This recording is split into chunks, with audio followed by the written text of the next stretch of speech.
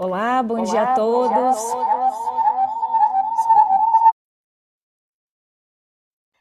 Good morning, everyone. My name is Paula Gomes.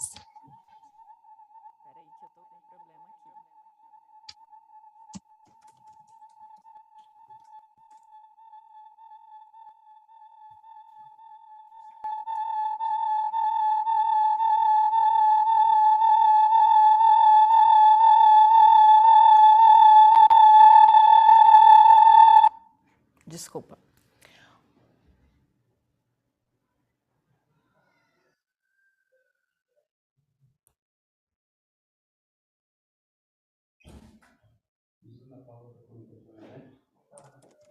Já fechei, já.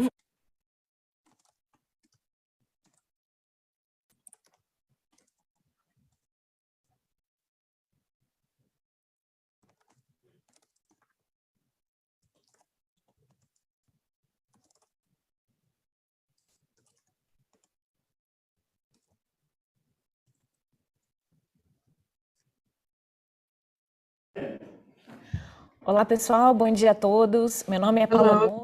Hello, everyone. Good morning. My name is Paula Gomes. I am an analyst from here at ApexBrasil, and I'm part of this program E-Xport meeting. And together with Ana Brito, we are going to be the moderators for this event in 2022. Good morning, everyone. I'm also part of the Apex, and we are trying to enhance the e-commerce for Brazilian companies. I'm really happy and glad to be here today. And I think we are going to have so many information to share with everyone to improve the pathway for all the companies here. Here we are back for our second day, and our day is going to be dedicated to e-commerce only for USA and America and Europe. We're going to also mention the credit access for the international level. And before we proceed, I'd like to share some data. This event's going to be shared via Zoom.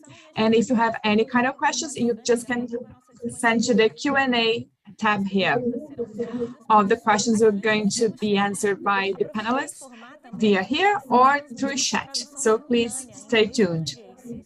We are going also to have interpretation for English and Portuguese. And if you would like to listen, just listen to this in the Zoom app. And to start the second day, we'd like to invite one of the main roles here in Brazil, the Brazilian Association for ABCON. We have here Luis Fernando Gomes. He is the main executive for this ABCON.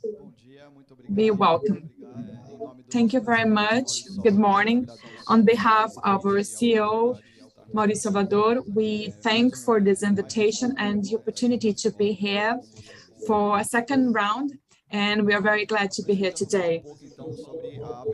I'm going to make an introduction for ABCON, if you're not aware of it. Currently, we are completing 10 years of existence, and we have the purpose to represent and to be a spokesperson for the e-commerce here in Brazil. Currently is the biggest entity in Latin for e-commerce, and we have more than 9,000 associates in Brazil, and we are the only entity here that is recognized by our STF. We have associates in all the Brazilian states. And for our mission, I usually separate between two major points. The first one will be public policies, to be someone that it's going to be have an active voice in it. And the other part is to guide, to have providing tips to enhance the professional pathway for people that are trying to improve their enterprises. So let me ask a question first. I think we have a presentation. Is it possible to share here on the screen for everyone? Precisely. Thank you very much.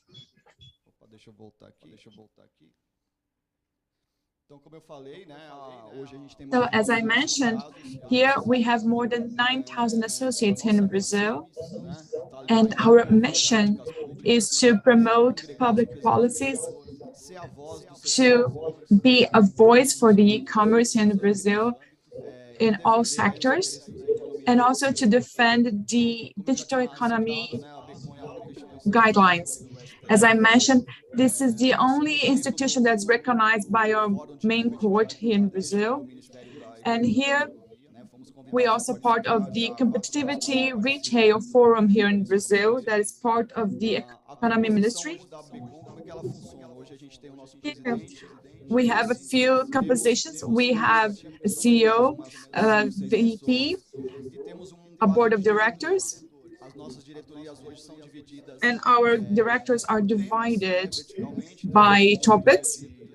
So we have for logistics, for marketplace, for retail, for legal, and we also have the regional directors that in a way they represent us in their states, so they can take our works, our initiatives, but also bringing out something that is particular of the region for us in a way back. As I already mentioned, here we have some of our projects, some of our accomplishments. And here in yellow is something that we are really seeing nowadays. We saw the ADI, and in this year, the default cannot be charged as it's considered illegal. So we have data for safety and security, defending our associates. So we are working very strongly to defend the interests of our associates. This initiative is something that we are really proud of. And our legal department is working to protect our associates. If you'd like to access more details in our website and YouTube, you can check out more details, what is ongoing regarding teams of security and safety.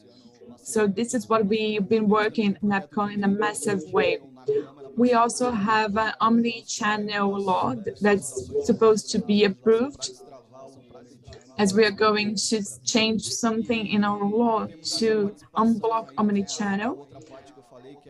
And we also part the workshops to have events throughout Brazil, taking all the content and guidelines and tips for the new entrepreneurs, or if someone that is already in retail but would like to enter the e-commerce. Every year, we promote the APECON Award. The next event's going to be in the beginning of the next year. So we have the categories for best e-commerce, best platform, best marketplace. We have so many awards, so we can allow the companies to enroll themselves also for professionals. So the positions for nominations are open, and to recognize the highlights of each sector. This is of one of our sponsors and associates for the retail market.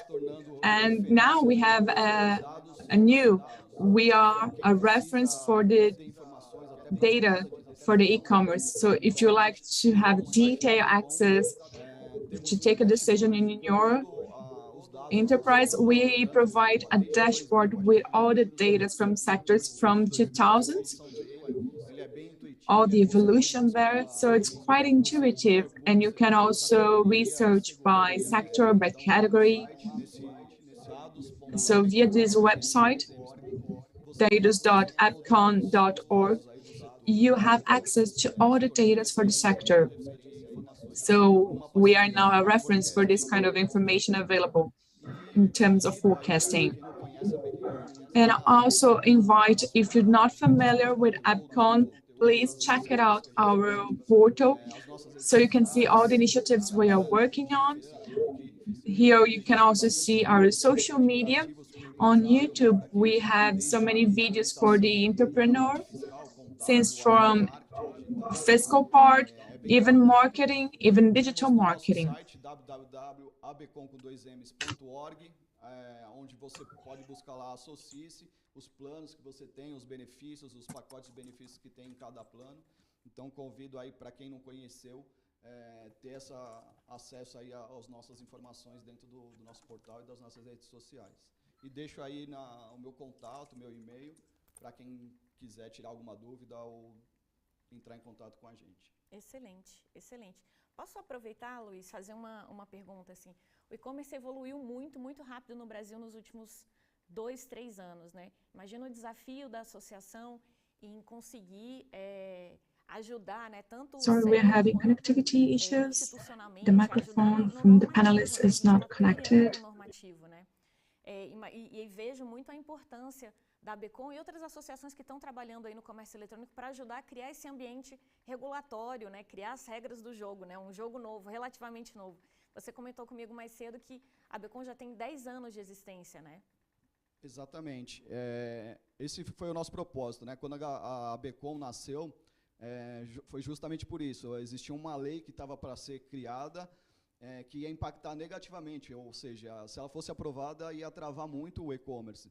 Então, aí empresários do setor, né, se juntaram, porque não existia uma entidade naquela época, há 10 anos atrás, que fizesse essa defesa, e fundaram a ABECOM para que, nesse caso, a lei não fosse aprovada, para não atrapalhar ou não travar o desenvolvimento do mercado, né? E esse vem sendo o nosso propósito ao longo dos 10 anos, nosso trabalho.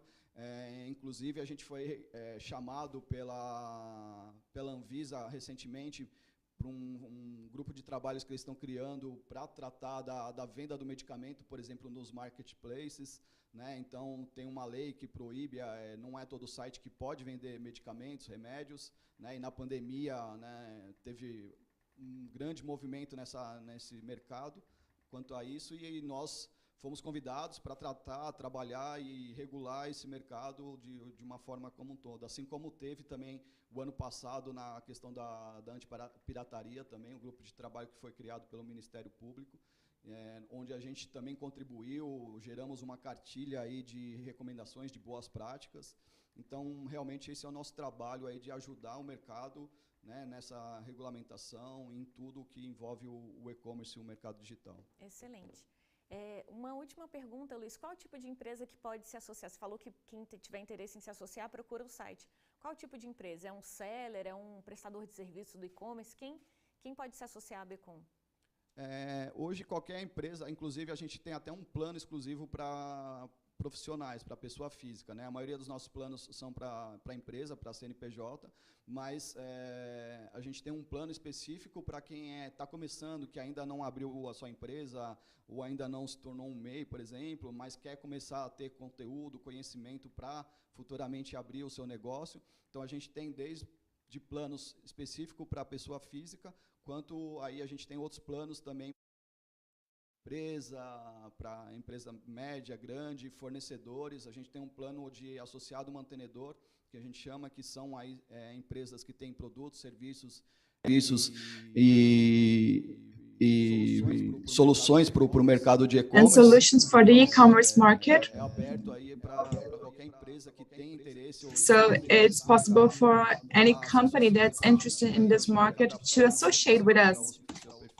So we have a plan of career for each type of one.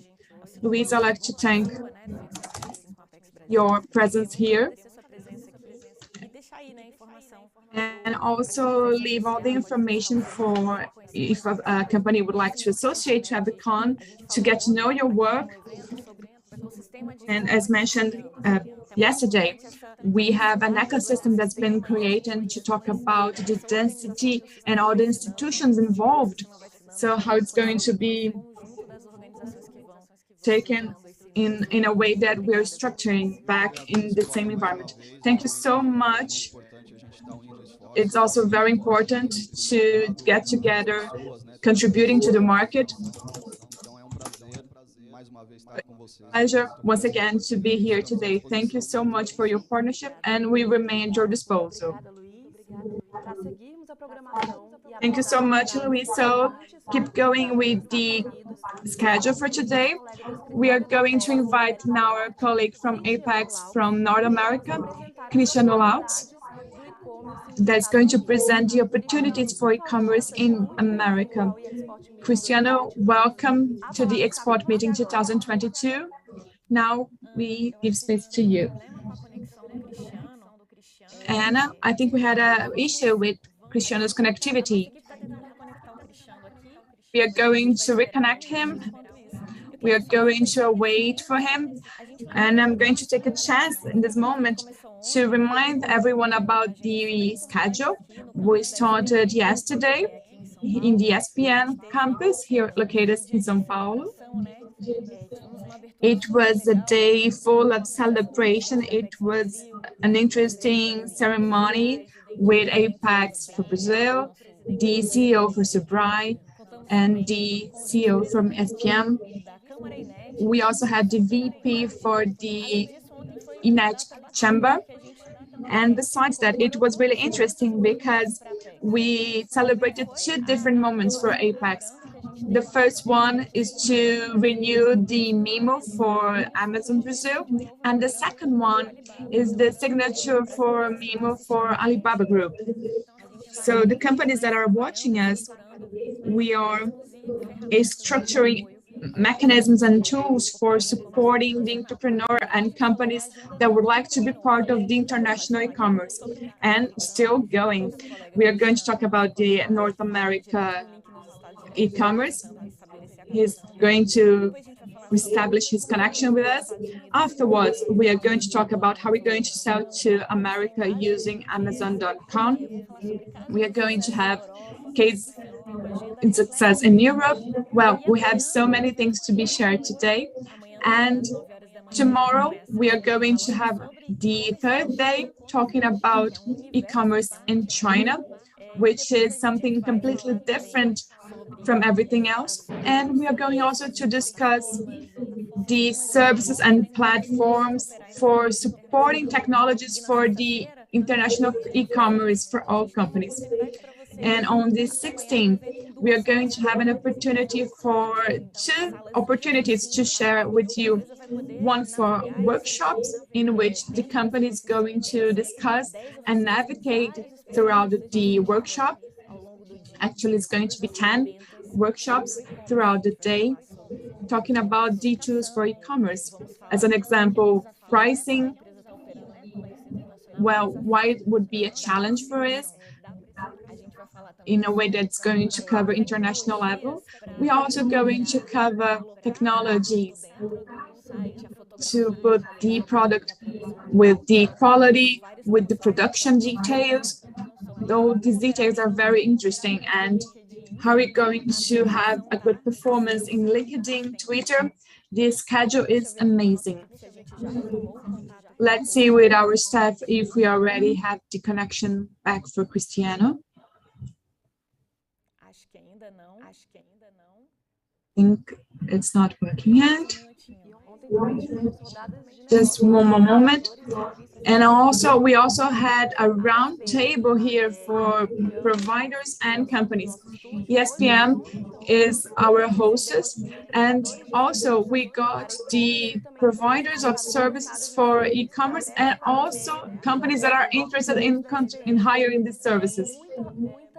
And here we have so many meetings and business being made, and this is the main purpose, and also the main purpose of this meeting, bringing inspiration and transformation for the companies, especially for the ones that are starting in the international broadening via e-commerce. That's something that is a trend that's not going to fade out. I'm afraid we didn't have the connection for Cristiano as he's located in the US. I would like to check if we may talk about Amazon now. Laura and Eduardo, I think you are connected already, so maybe can we switch up the schedule? Yes, of course, but I think Cristiano was already logged. Here is Cristiano. Well, I can use the audio, but the camera, I will need approval from the host. Exato, e para o compartilhamento de tela também, pessoal. And also for the share screen, if possible. Só um segundo, Laura, não está conseguindo. Just a moment, as Cristiano is able to reconnect. Tentar aqui falar com Cristiano. Bom dia, vocês me escutam, Cristiano? Good morning, everyone. This is Cristiano. Can you hear me? Eu tenho acesso apenas ao áudio, a câmera não me permite I have access for mostrar o audio, vídeo. but I'm not allowed to share my screen here. Oh, thanks for sharing. Compartilhar essa apresentação aqui, mas você está ouvindo a gente bem? We Eu can escuto share your bem vocês. presentation Vocês here. conseguem me escutar Can you hear para me? o público? I can hear you too. Estamos te ouvindo bem, Cristiano. Yes, we can hear you well. Well, welcome. Muito obrigado, desculpe Thank you very much, and I'm sorry pelo problema. Eu estou em missão também for da this Apex, issue. estou no Canadá essa semana, I'm a gente está located in cobrindo Canada um this outro week. setor, We are covering a gente other está investigando o sectors, setor de and we are mídia investigating interativa the digital, interactive fazendo uma media missão for cobrindo digital world. 3 províncias do We are Canadá, covering então uma 3 pena não estar provinces presente here in com Canada, vocês, tá? and I'm Mas vamos really falar sorry de I e-commerce couldn't nos be Estados there Unidos, tá? in Esse é um presence. estudo, uma apresentação que nós And we are going to share a estamos presentation já and studies desenvolvendo há algum tempo. Nós temos developing the coberto results that we've been noticed setor já for quite a desde while antes da now. pandemia. And the Então, sector has como eu been não tenho acesso discovered aqui à before the apresentação, eu vou pandemic. pedir para que As vocês I'm mudem not os allowed to slides. share, please, would you be able Só to para me share the apresentar. slides? Perfeito. Not a problem. We are going Acho que to agora eu share consegui here. botar a câmera. Well, I Perfeito. think Mas se quiser pode fechar a câmera, tá. Então vamos falar de e-commerce nos Estados Unidos, tá? Só para me apresentar, eu sou Cristiano Alves, eu sou responsável pela área de inteligência comercial e inteligência de mercado da Apex na América do Norte. Tá, aqui nós cobrimos mais de 40 setores da economia, mas o meu foco tem sido bastante na área digital, de tecnologia, então é uma área que eu me sinto bastante confortável para passar para vocês aquilo que nós estamos observando no mercado norte-americano. Então vamos passar para o próximo slide. Então, falando um pouco de mercado americano, vou passar logo alguns insights para vocês entenderem a magnitude desse mercado. Tá? São dados oficiais que foram divulgados esse mês passado, tá, pelo governo americano. O comércio eletrônico alcançou próximo a $1 trilhão em 2021, tá? Acima de qualquer expectativa. Havia projeções que estariam em torno de 850 bilhões, e quando foram divulgados os dados semana passada, duas semanas atrás, bateu a casa de $960 bilhões nos Estados Unidos em 2021. A projeção de crescimento, ela é uma projeção conservadora, que vai crescer 7% este ano e alcançar 1,1 trilhão para 2022. Tá? Então, já em relação ao ano passado, é um crescimento que tem acontecido 7%. Anteriormente, o crescimento vinha em torno de 15%. Falando um pouco do perfil do varejo aqui nos Estados Unidos, é interessante vocês entenderem que 50% de todos os varejistas já operam integralmente no digital. Então, não tem aquela coisa do cara começar com uma loja física e ir digital. Hoje, o que está acontecendo é ir direto para o digital e muitas vezes eles começam no digital e depois vão para o físico. Tá? E a penetração do comércio americano, do e-commerce, o comércio americano já alcança 75% da população. Ou seja, temos mais de 260 milhões de pessoas So we have more than 260 million people that are consuming directly from the e-commerce. So let's move to the next slide. Tá, é muito interessante a questão de mobile. It's really interesting the mobile. As you mentioned, the e-commerce is really interesting to start thinking about how can you present your product directly through the mobile, because 2/3 of the purchase are already made only by smartphones. How can we mention this? Well, most of these transactions are from an impulse. So the person is going to work on a coffee break, the person is going to just look for the product, absorb the information, and just take the information. It's something that's really intuitive. And the projection, if we can be a little bit more aggressive, we can see that this market can take $1 billion in 2026. Because in the last few years, the average rate growth is, as I mentioned, 15%. In terms of digital, it's also important to mention that almost 35% is according to digital channels. It's not necessary to go to the supermarket or the shopping mall, but the Americans are preferring to use the digital for purchase. I'm not going to provide many details for Amazon, but they already provide around 40% of digital share, and we can notice new business models, new companies that we never heard of before. Some of them are unicorns for startups, and even new models being used for their business, using the mobile and social media combined. Going to the next slide. In order to understand how the market has reached this point of change, we have to think about what happened in 2020. It was something that was chaotic due to pandemics. So it's really important that those companies that are being successful, they are also going to check out the trends, because it's a market that works in a very dynamic manner. So if something happens like a new technology, something that's going to change the sector in a complete and profound way. Going to the next slide, talking about what happened in this context. First, we had the pandemic, something that really changed it. And we got the disruptive of new trends for the market, new changes for the consumption habits, and the replacement of physical world to the digital world. So people are much more digitalized and connected. So it has changed the consumption habit and also made possible the e-commerce. As a consequence, you can see in the next slide. If you could move on, please.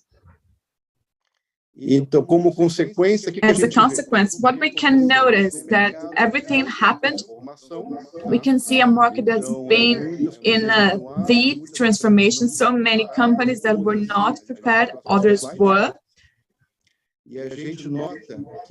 And we can notice that if a company that was not prepared for e-commerce, let's see the next one.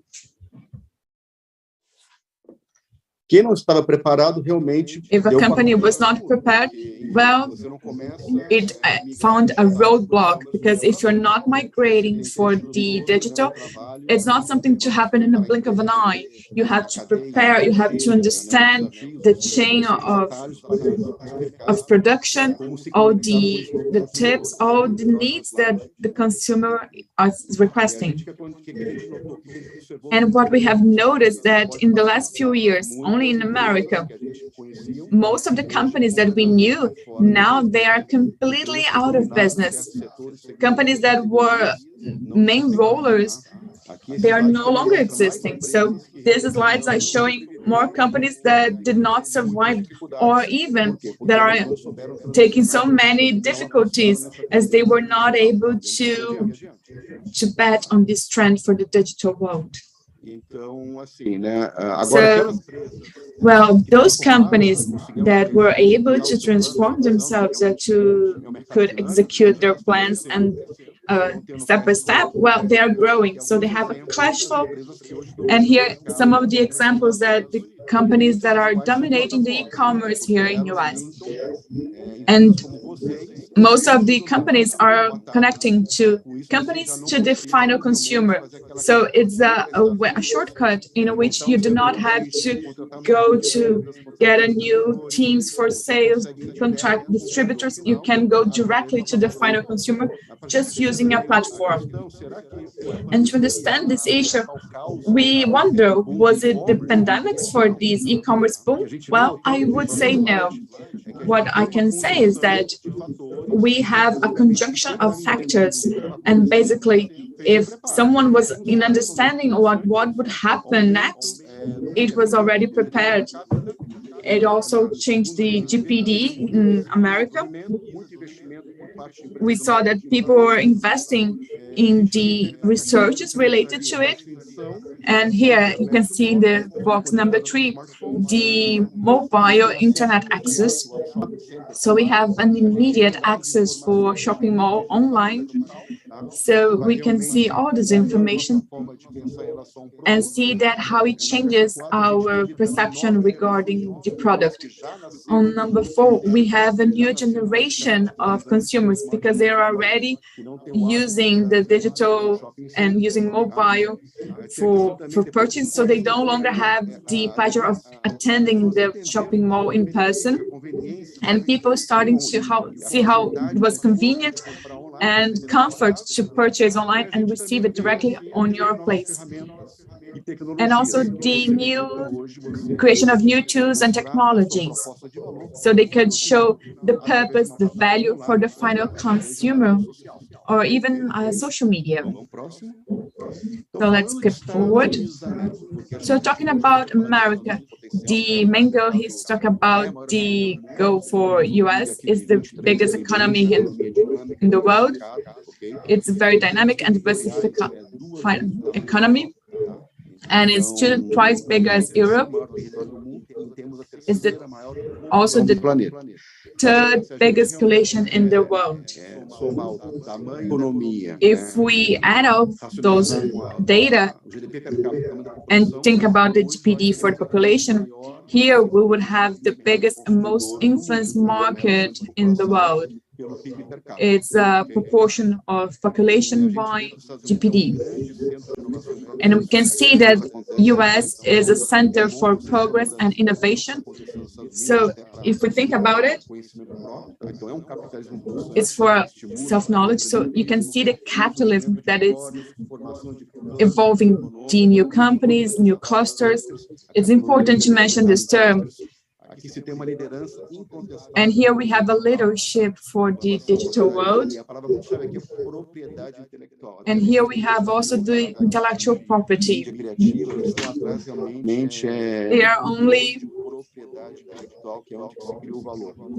They're only creating the value for the digital companies. And here in America, we can see that most of the influent corporations are from here. So moving forward, so if you could notice the evolution for the last couple of years, since 1960, and here you can see a comparison between Brazil and United States.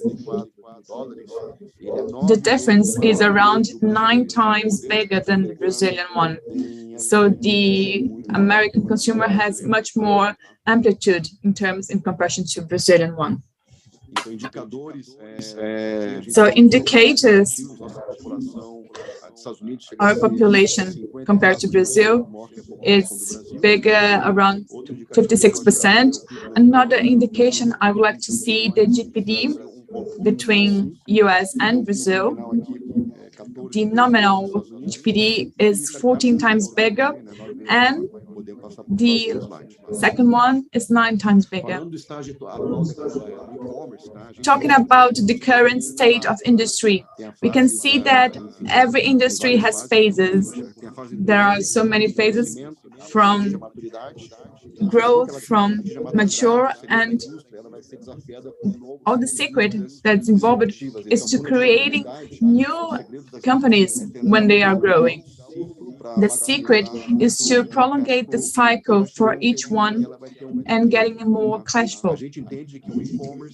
We understand that the e-commerce is not yet in the mature state. We understand it's in the growth, and no signs are ready for mature.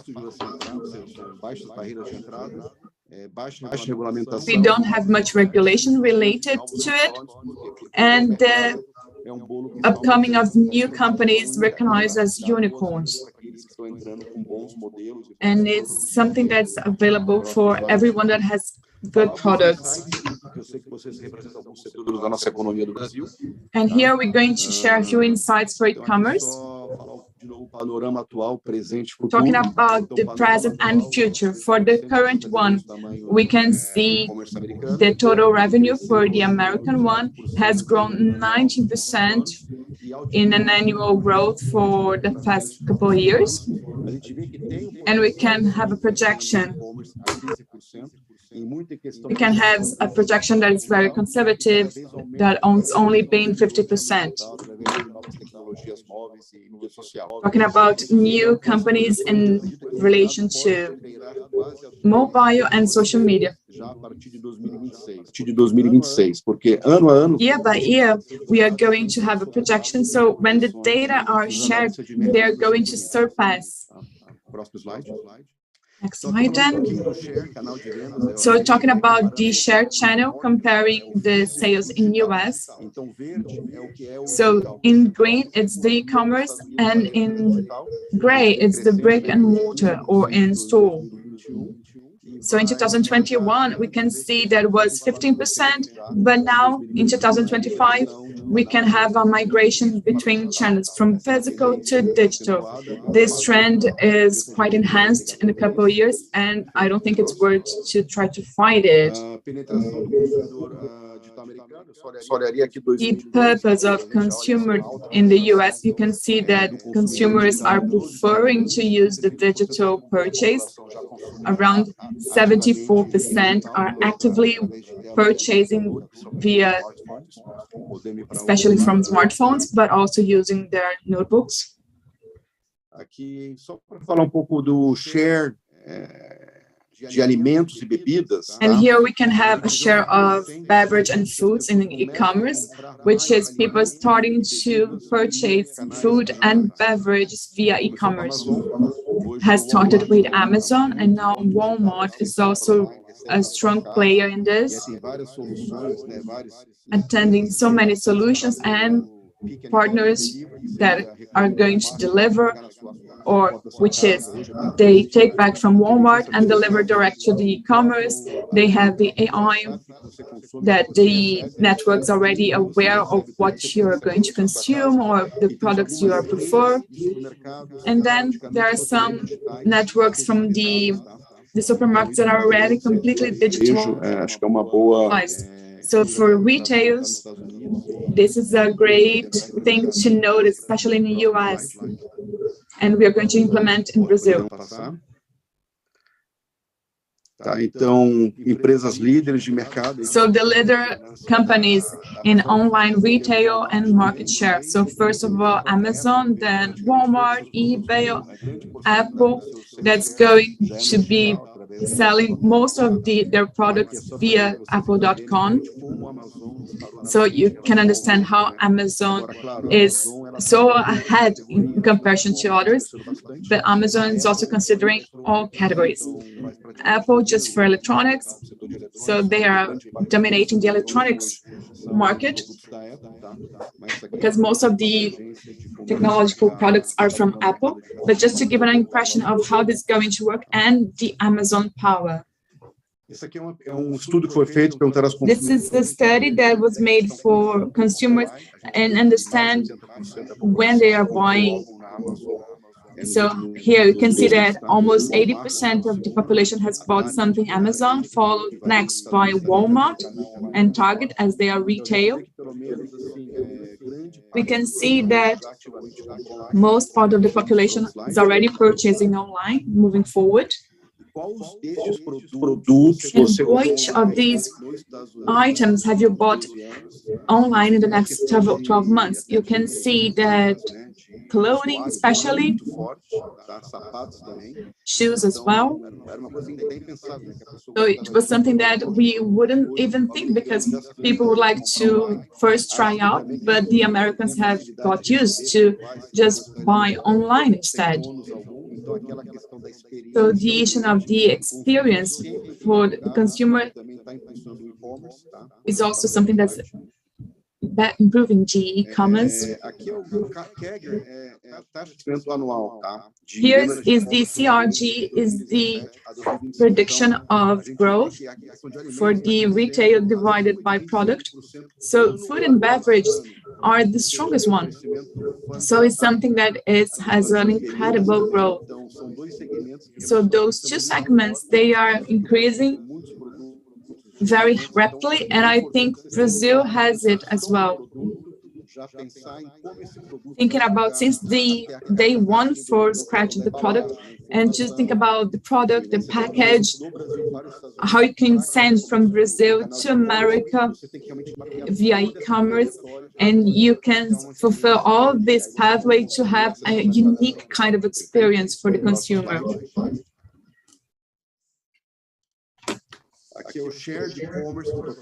Here, the e-commerce share in total for sales by retail, splitting up by category.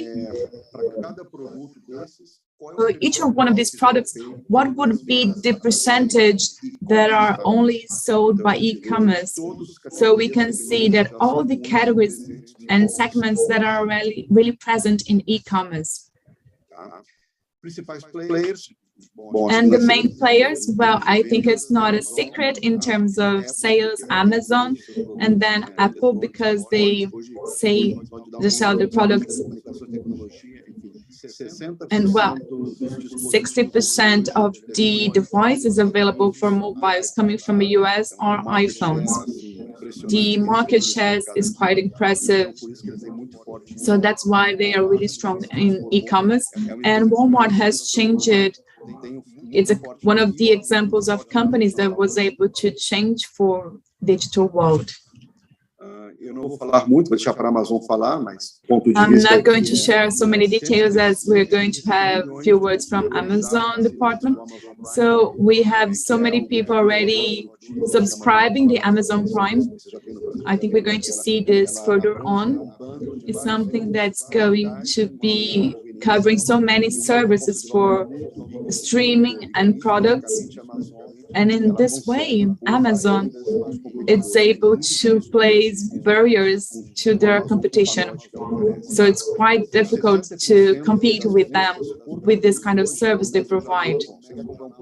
So around 60% of researchers is already direct made via Amazon instead of another browser. So it's something that's quite reliable. You know that's going to arrive at your place in 2-3 days. So you feel that companies thinking about the consumer is something that's quite efficient and incomparable with their competitions. We made an e-commerce mission here in US around 3 years ago, and we bought the companies from Brazil. And one of the technical visits was precisely in the state of art in Amazon. It was super impressive. All the robots, everything that was super easy in their facilities. So I'm not going to share so many details, but here we have 5 steps when you have to think about the digital strategy. Obviously, you have to define what's your product, what you're going to offer, and you have to make a product design thinking about the consumer that's going to buy also online. Think about your goals and strategy. You're going to have to be very strong, not only on online, but also mobile apps. And CEO to support a technology and have partners, even thinking about the delivery logistics. And if you can zoom it, please go back.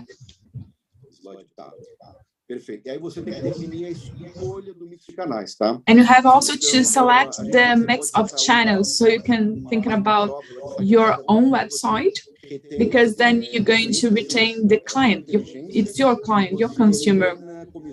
And you also remove the fees from your partners. But you also have to be quite dedicated and to adopt all those strategies. You can also take account on social medias as Instagram and Facebook. Also online marketplace, because it's the easiest to get in the US, and also a partner or distributor, especially locally. Each channel has its pros and cons, and the marketplace is the shortest cut to get your product in the US.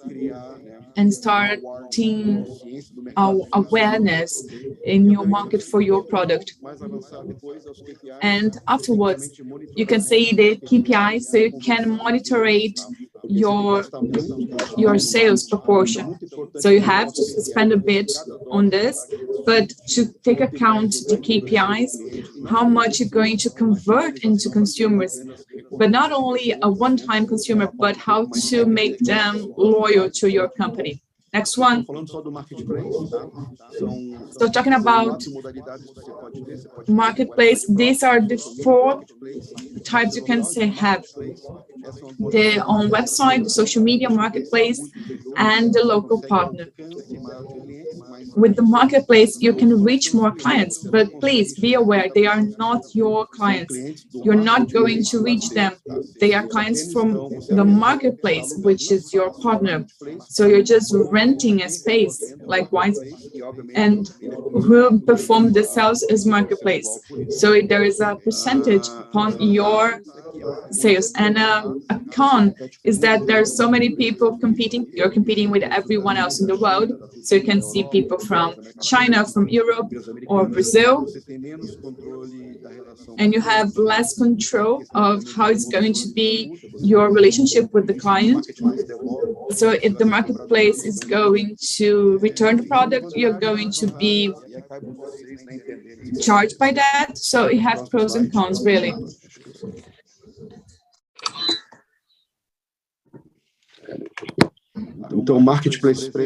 So the marketplace that is present, all in, which is for several categories, which is Amazon, Walmart, the Google Express, and eBay.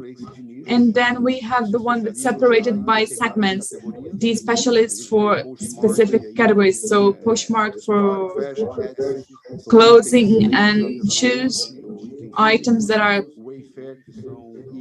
produced manually, the Home Depot for furniture.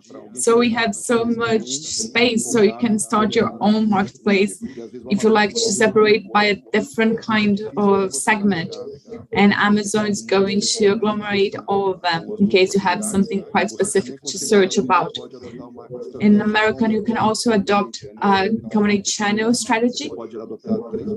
You can adopt 3 marketplaces, and still it's possible to create your own channel, which is really recommended in the long term.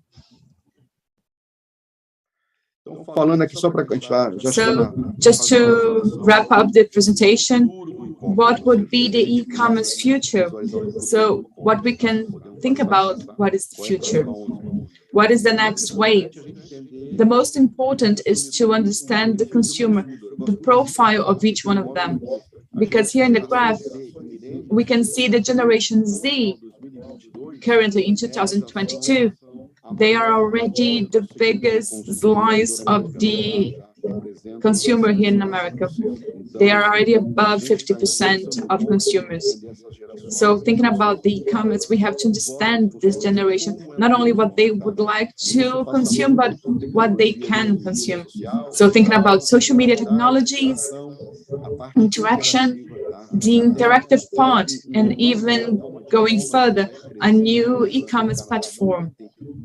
And we think about it, there is something happening here in Canada as well. And there is nothing more than games. People are gaming a lot for long hours of the day. So it's a unique opportunity for companies for advertising to advertise their own products and even make purchases in real time while they're playing the games. We have so many innovations taking place in terms of technology, the meta issue as well. So next slide, please. So it's what we're going to see. We are going to have the junction of social marketplace for the mobile with new technologies, because it's a little bit difficult to anticipate them, but it's going to be this influence from social medias connected to the mobile. Next one.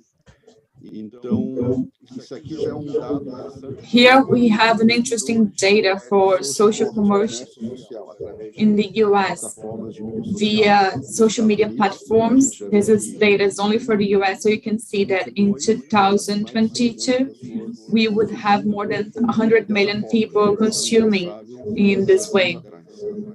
And it was not unthinkable 10 years ago. So here are a few trends that is going to impact the retail. So the platforms, they are going to eliminate the intermediate and they make a chain between the product and consumer. The interruption of supply chains is going to keep happening, and it's really difficult to anticipate in the political and economical way. The technology is no longer following the speed of change for their habits, something that we are going to take note and understand in real time how they are related to metaverse and gaming.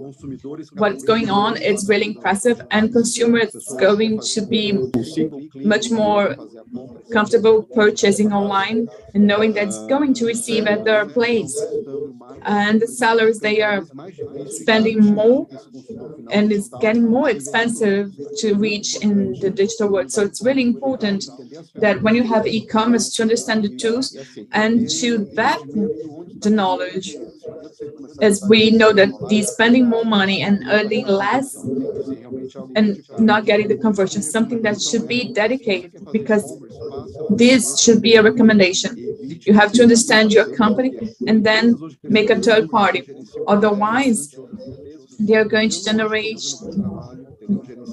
work that's not really good, especially in terms of KPIs. The owner and the company itself has to get the understanding of its own market, as we all know that the consumer has the final word. If I'm going to purchase and if I have doubts and I'm not sure if I'm going to have a devolution rate, then it's a loss. And clients start to put their money behind their beliefs. So it's something that when you have a product, a strategy for the consumer, now you also have to get a message. It's no longer just a product, but what does it represent? What does your company represent? What is the beliefs? So the consumers, so many times, they're not going just for the product, but what the company is going to retribute, how they are going to contribute for society in a way back. This is a very important message here in America. And you have to focus in sustainability, thinking about humanity. So this is what I'd like to share with you today. And thank you so much. Here's my contact. If you need any support, any doubts, we have a great team here in Miami to help you the American context and to create connections here. It's a pleasure to be here today, and thank you so much for having me today. Thank you, Ana, thank you, Paula, and wish you a great event today. That's excellent. Thank you, Cristiano, for your participation. It's great. And to understand the trends for American e-commerce, especially because we have so many companies that are planning to act in the US. So it's important to notice, as Cristiano mentioned, we have not only one, but two offices in America, one in San Francisco and another in Miami, but both of them are prepared with services to support the Brazilian companies. And we're going to see if they have questions. Rogério Macedo asks, Cristiano, what's your vision for e-commerce in B2B? Perfect. We say that B2C, but B2B would be the next barrier for surpass in Brazil. As a matter of fact, what I can share is that Apex is sharing a program called Range Me. I think it's going to be mentioned for America. And we're going to work with 40 Brazilian companies that would like to be inserted in commerce B2B in America. And the RageMe is a platform in which you can promote your products, and it's going to link directly with the consumers for major retailers. So I invite you all to research the RageMe project in Apex. So we're going to work closely with them here. And the purchasers, as much as the consumers, they are also going to have a specific behavior related to the digital world. For instance, nowadays, it's easier to get to know your suppliers via Zoom, and you have platforms that are going to make possible to get to know them. And another trend we have in Brazil related to international policy, specifically China, is something that's open of the window in terms of opportunity. So the American consumer, if they like to purchase from Brazil and we have a B2B platform, it's much better to start their business. So the program has a goal to make the possibility much closer. And we can see that we're going to make possible. Perfeito, Cristiano. Muito obrigada pela sua participação. Seguimos agora com a nossa... Cristiano, thank you so much for your participation. Now let's continue. Paula is with you. Continue. We'd like to invite Eduardo Loss. He's the head of sales, international sales of Amazon. He's leading a team that is supporting Brazilian companies to also start this international sales of Amazon in Brazil. Eduardo, please feel welcome here to Export meeting. It's a great pleasure to be with Amazon once more this year, especially because last year we understood, we celebrated the memorandum of all the connection between Amazon and Export Brazil, and Amazon.com will enhance this exchange of Brazilian companies and American companies. Cristiano, please, I hope we're feel welcome. Well, good morning, Paula, Ana, good morning to all. Good morning. Such a pleasure to be here with you. Like Paula has said, we have signed this new memorandum that we have with Apex. So for us, it's a really good moment to speak about exportation, something which has been growing in Brazil. Thank you so much for this space so that we can speak once more about exporting. Let me share here. Deu certo? Can you see my screen? Bom, tá bom. Então vou começar aqui. Então, como a Paula like Paula has mentioned, my name is Eduardo Loss. I'm leading the international sales of Amazon in Latin America. Para mim é prazer enorme. For me, it's a great pleasure to speak to you again once more. Eu cuido tanto de importação. I'm so passionate about this. I take care of importation and exportation. For me, mainly, to be able to speak about exportation in Brazil, which in the industry here is so diverse, so much potential we've got. And even it's still not 100% used, all our potential. So I'm keen to explore this. So thanks so much for the space of giving me the chance to join this meeting. I'd like to say about the international sales program of Amazon and our partnership with Apex. So there's a QR code. There's a link for you to also register in the acceleration program of Apex. I recommend that also part of it. It's a very interesting program. Well, anyway, what is this international sales program of Amazon? Basically, Amazon understands the Brazilian industry has amazing potential. So speak about the United States, but actually this is for the whole world. So we created a program to take the Brazilian market, to simplify all the process, to create You need to support Brazilian companies. Companies in all the sides can be big, small, with levels of knowledge of e-commerce and also different exportation. Maybe a company which has never had exportation. Maybe a company that's already exporting and wants to enter a new channel. Yeah, it's a very flexible program. And from end to end, support is happening in all phases of the process. So yeah, before we check the detail of this, what is the meaning of this? Why to sell in Amazon? I think Cristiano has mentioned the size of the sales, but I think that it's going beyond that. Amazon is actually the more than 10, 20 years. We hear that the consumers in the center of the process. True. If you can sell through a company that has the process of facilitation of e-commerce, they need to have this knowledge of how to do exportation, have the support end-to-end. So you have the easy access. 1,000 consumers, if you think about the United States, the consumers which are Prime, they are having the monthly subscription of Amazon to have all there are more than 160 million consumers. So these are so many people, so many people. The Prime base of the US is bigger than the market we have in Brazil.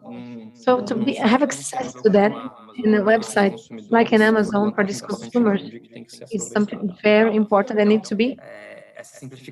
So this simplification of this access is one of the biggest reasons for you to start export with Amazon. So coming a little bit in the meaning of this practically, what is this process? Why this happens?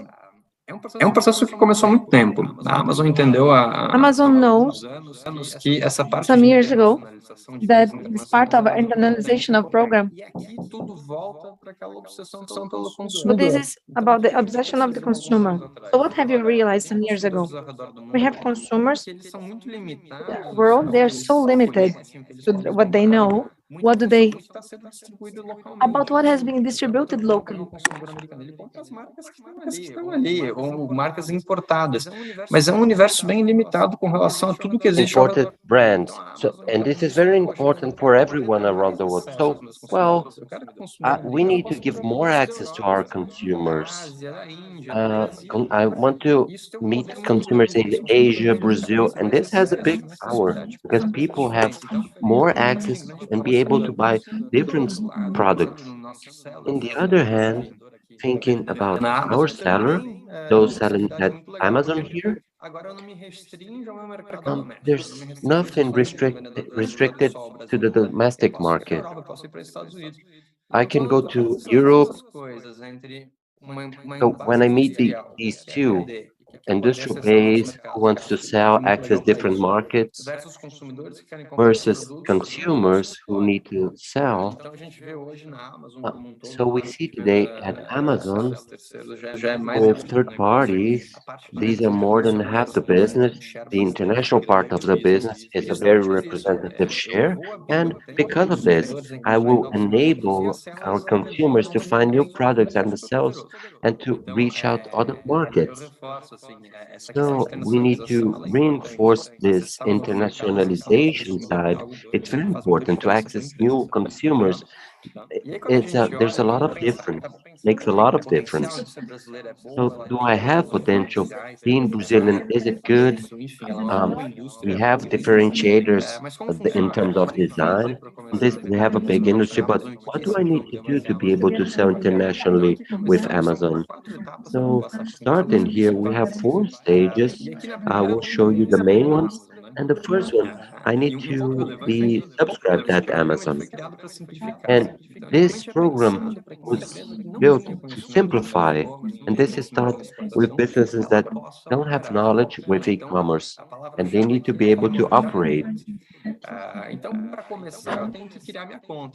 So I need to start by having my account at Amazon. And here's the difficulty. If I want to sell in the United States, I don't need an account in the US. I can have my own account here in Brazil, and I have the registration here. fill the form in Portuguese. So this makes it very easy. So I am a Brazilian company. I have my taxpayer registration number here. I need to have a new account. I don't need to open an account abroad. We took out this requirement. We understood that this was a barrier for it. So using this, you're able to sell in the US. This money, you can sell it with your network, with third parties, helping with bringing this money back. So check it out. It's one subscription, your own taxpayer ID and your bank account. So you have a registration here at Amazon. Another main point, you need to be able to communicate with them. You need to register. They need to know what to buy. Here we're looking at certification. So American buyers, they need to buy it in English, but you can register your product in Portuguese here in Brazil, and we translate it for you. And here's a barrier. Maybe the person registering the product is not fluent in English. So we're taking that out of the way. Another main point that Cristiano mentioned, okay, so you're stepping into a big market. Amazon enables the brand owners to develop your own brand. So you have your brand and you create your own shop inside the Amazon and ecosystem, and you want to reach out to the consumer at your own way. So this personalizes the experience for the consumer and enables the company to have a closer approach to the client. And now the third step is the logistics.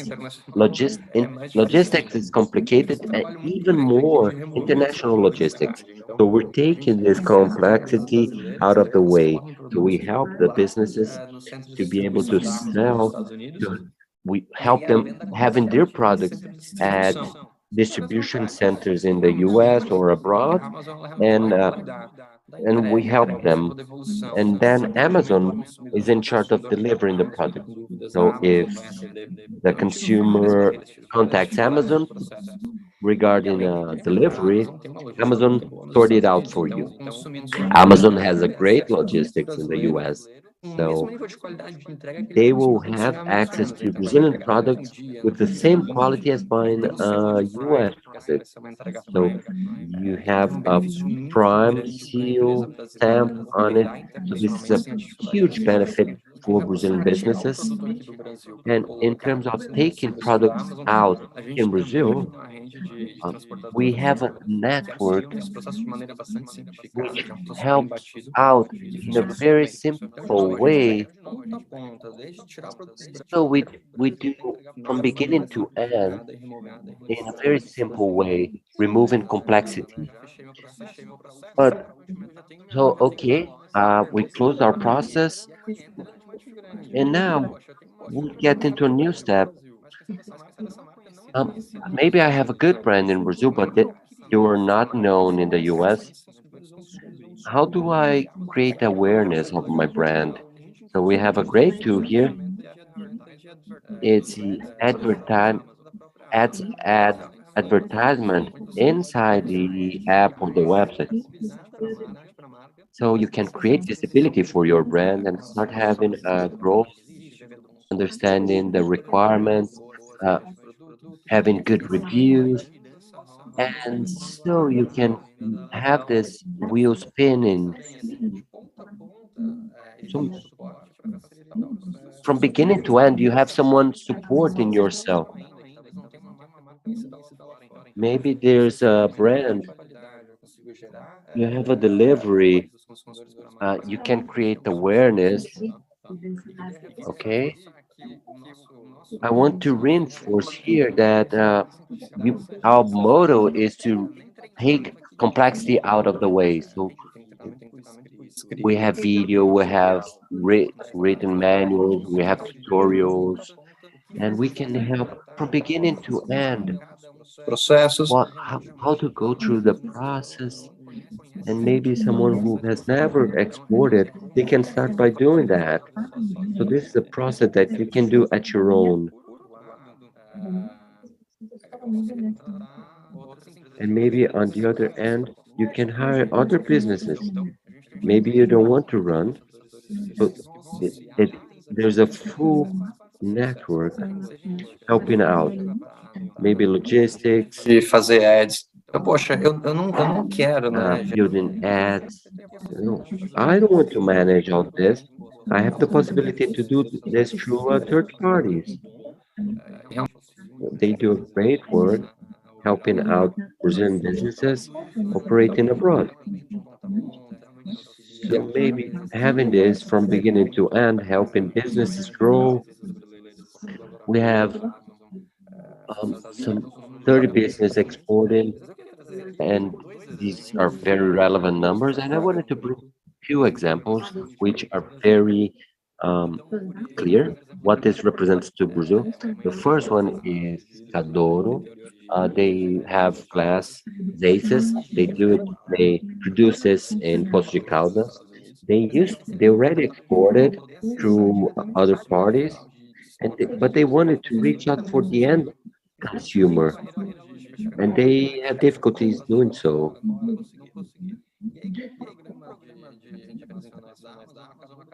And with the international Amazon International Program, they were able to join in, and now they reach out the end consumer. So this will they had to have their own sales channel happen with our help, and this is very fast-growing channel. They're very happy with it, and for Cadoro business, it's one of the fastest growing channels in their business. And the second example is Santa Lola. It's a shoe manufacturer. They're very strong here in Brazil. They have many shops all over Brazil, and they always wanted to export, but they never succeeded. It's very complex. They didn't understand the logistics or the process of export.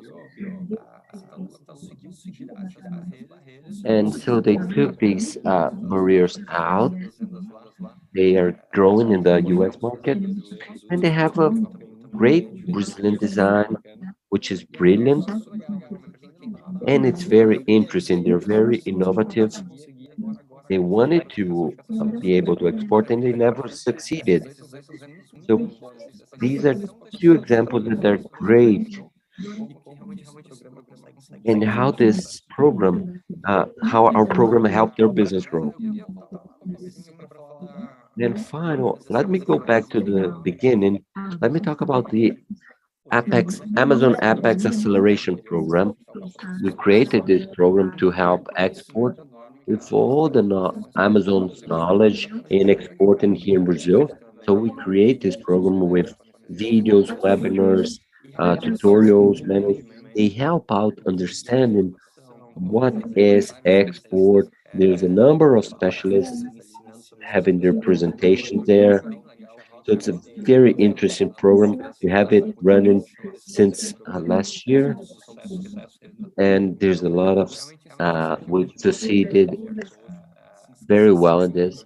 You can see the QR code. Just take a picture of that QR code and access it. You can see the businesses, the companies present here. They have Q&A sessions, understanding what is cool. They have the possibility of discussing with other specialists. So this is a great opportunity. And not only that, but they have a account manager here in Brazil taking the businesses by their hands, helping them out in every step of the process. And now, okay, from my side, this was what I wanted to present. It was very interesting to present to you and see how this program has evolved throughout the year. And we have a number of success cases. And it's very cool to see how the Brazilian products are succeeding in getting abroad. um, with very competitive pricing. It's gratifying. I'm glad to see this happening. So this is what I wanted to present to you. Thank you. Eduardo, this was great. Thank you for your participation. It's very important to understand that the export process, it is simplified. A number of times people may think that this e-commerce is a dragon, but it is not, especially when we talk about e-commerce and marketplace. There's a whole infrastructure involved. We have a few questions here arriving with the chat. We won't be able to understand all, but let me ask you a few of those. First, it's Luis Fernando. To use distribution Amazon's DC in the US, how do we do the export until it reaches the DC in the US? Okay, Luis. So we have a very simple process in the US. There's a number of ways to do it. So we have a foreign exporter. So the US market allows as a foreign export. So remember, you don't open a business, a branch in the US, you're a foreign. So you can be be your own importer. So you send it to yourself in the US. It simplifies a lot the process. It helps a lot. Exporting by yourself could be very complex. The main issue here, what has been required a lot of effort from us, maybe if I never thought about this own importer, it generates complexity. So all of these details allowed us to build this simplified process. A final question. We have a number of questions at the chat. If you have time to think about the answers, but this is from Beatrice. Does Amazon work with luxury brands? Well, Beatrice, yes, we do. We have a segment in jewelry, for example, where we have a luxury market. The requirements are a bit different because we need to certify the quality and that it is original. Think about the obsession of consumer.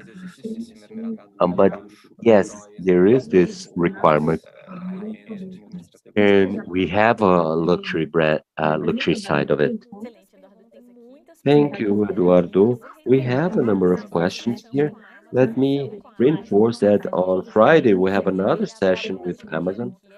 We'll have Bruna Bandeira, an account manager from Amazon, 9 a.m. We have also a workshop in how to select product for Amazon.com. Bruna Bandeira will preside this workshop, and during that event, we'll have a bit more time to ask questions and interact with the audience. So, Amazon, with Apex,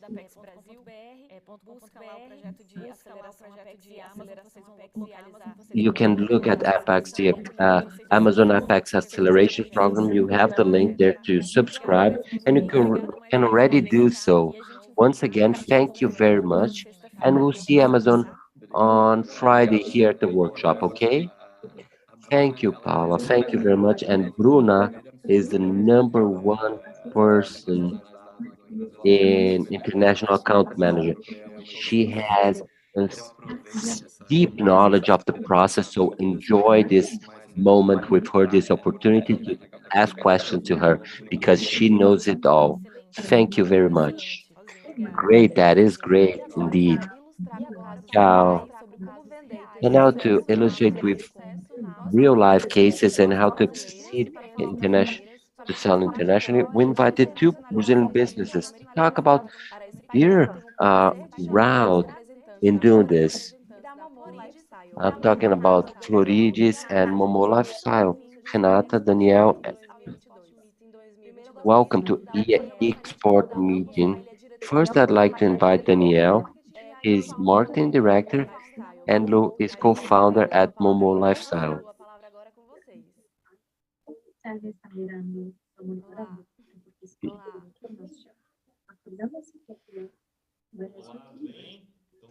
Hi, good morning. Can you hear us? Yes, we do. Yes, we do, Daniel.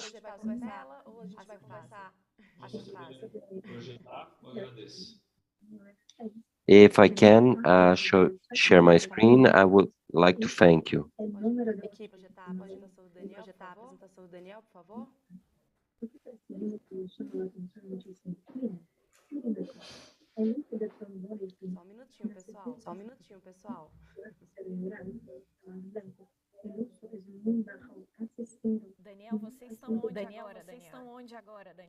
Daniel, where are you at this moment?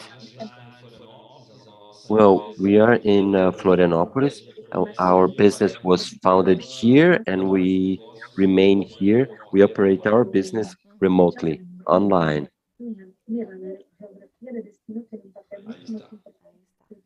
There it is. Okay, so you just let us know and we'll change the slides. Good morning, my name is Yalu. I am from Momo Lifestyle, a business that is focused on facilitating your life with innovation and care that you deserve. We are full 100% online, and let me talk about the origin of our products. Okay, next slide, please. So, Daniel and I lived in China, and 2017 we moved to Florianopolis. At the time, he was an international seller and he needed to travel a lot. And when I was by myself, it was very difficult to change the water gallon and use it. So this gallon is 20 kilos. Uh, and I understood that a lot of people also need this. So we developed this electric pump for water gallons. So nobody needs to turn the pump ever. So Momo Lifestyle is registered and we have the IP for it. We sell Momo pump at Amazon and we have uh, a stamp at Amazon for its quality. Like Yalo mentioned, we founded our business here in Florianópolis, Santa Catarina, and from there we always operated online and our expansion was very strong with Amazon. So 2019, we were invited to supply for them. In 2020, we also registered our brand. We had the IP for it, and we saw a space to create a brand uh, for innovative home products. Coincidentally, we were invited by Amazon to sell abroad. We came in 2020. Eduardo mentioned the difficulties in registering all steps. This was something that happened to us. And in 2021, um, he we started advertising and putting new products, and now 2022 we really hit it. All the data that we saw at the presentations is are very true. We believe that every Brazilian should take this opportunity with Amazon and Apex because really it's a huge market and their consumption is very strong. And in our case, this is true. Our profit tripled. So please, next slide.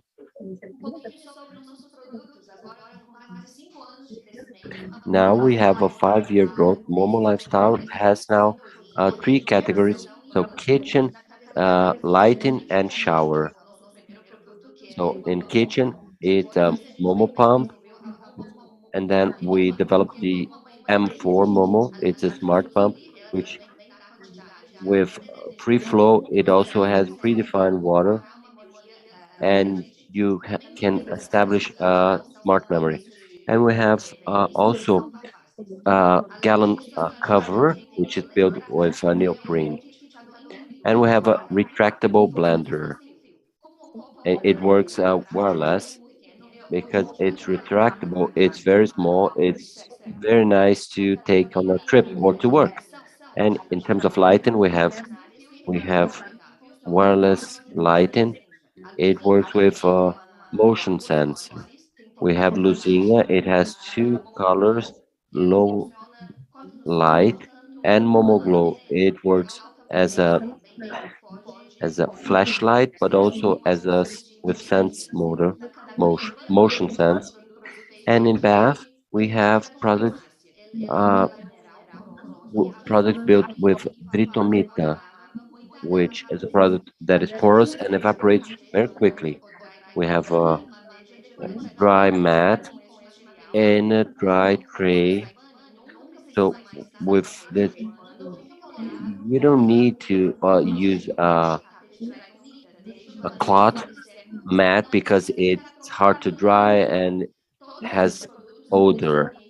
All these products are available in Amazon, in Brazil, as well as US, and they're well rated. And now talking about strategy,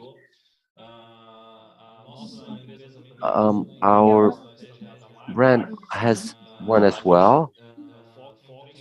So we focus in three steps: innovative solutions. We always have different products that sort out some sort of issue from your daily life. We focus in quality, so all our products have quality. And a very important step is servicing. So we focus in customer service, and like Cristiano mentioned, we're very strong at it because when you trip, you have a problem with a customer, they don't come back. So these are the three pillars of our brand. So you can move on, please. Let's talk a bit about the US. And this is the focus of what we've been talking about and expanding with Amazon. Amazon's support is vital. It is very, very important. It helps a lot. And so, yes, Amazon simplifies and the fact that they allows us to be in the largest consumer market in the world. They also have a strong support in helping what we need to do abroad. Another huge advantage is that we don't have any employee in the US. We operate all from Brazil through FDA.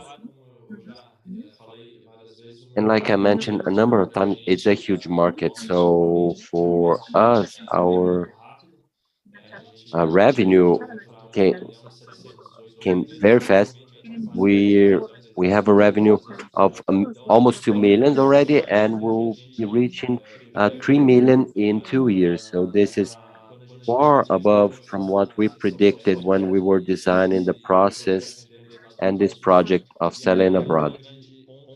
And another point is that for everyone who has a business, you're very close to your consumer, including your competitors. So you can see how brands they react to it. So it's very fast to adapt a product. Like Yalu mentioned, we identified that Americans wanted a pump with a bit more quality. So this is more silent, has a better design and parts. Okay, move on, please. Amazon is our main sales channel in the US. We recommend very strongly that you expand your business into US with Amazon because first, the American consumer profile is very different from that of the Brazilians. Americans have strong consuming power and they buy a lot more than Brazilians. Interesting is that in Brazil, pricing is most important, but in the US, they want quality above prices. They are willing to pay for quality.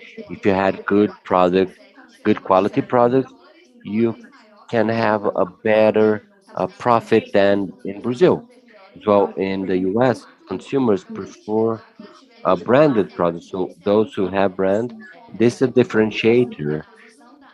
Also, the position of Amazon is very ahead of everyone else. From what we know, most of the families buying internet, they have Prime subscription in Amazon. So they can buy at Amazon Prime without paying any freight. Amazon delivery is very fast, very safe, and low cost. So selling Amazon, you find lots of clients without worrying about delivery. Selling with Amazon in the US, it's a detour to all of us because when the experience is similar, we had the experience of selling in Brazil, and before going to Brazil, US market, we knew how to operate the processes. We we knew how to do it, but in a bigger scale. Amazon is also promoting selling in the US program, and we were invited to participate in this. And our account manager helped a lot in this process. She knows a lot of the market and the process. Without her, we wouldn't be where we are today. So enjoy, take advantage of the Amazon program, and let's sell. So this is what we wanted to share with you.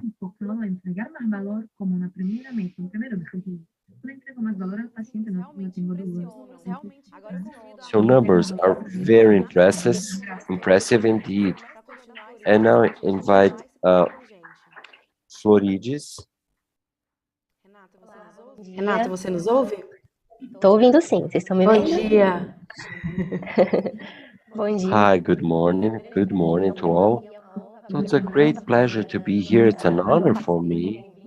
Last year I was here as a guest, and it's great to be here and talk about my experience. So thank you very much. Let me share with you. You share your screen, right?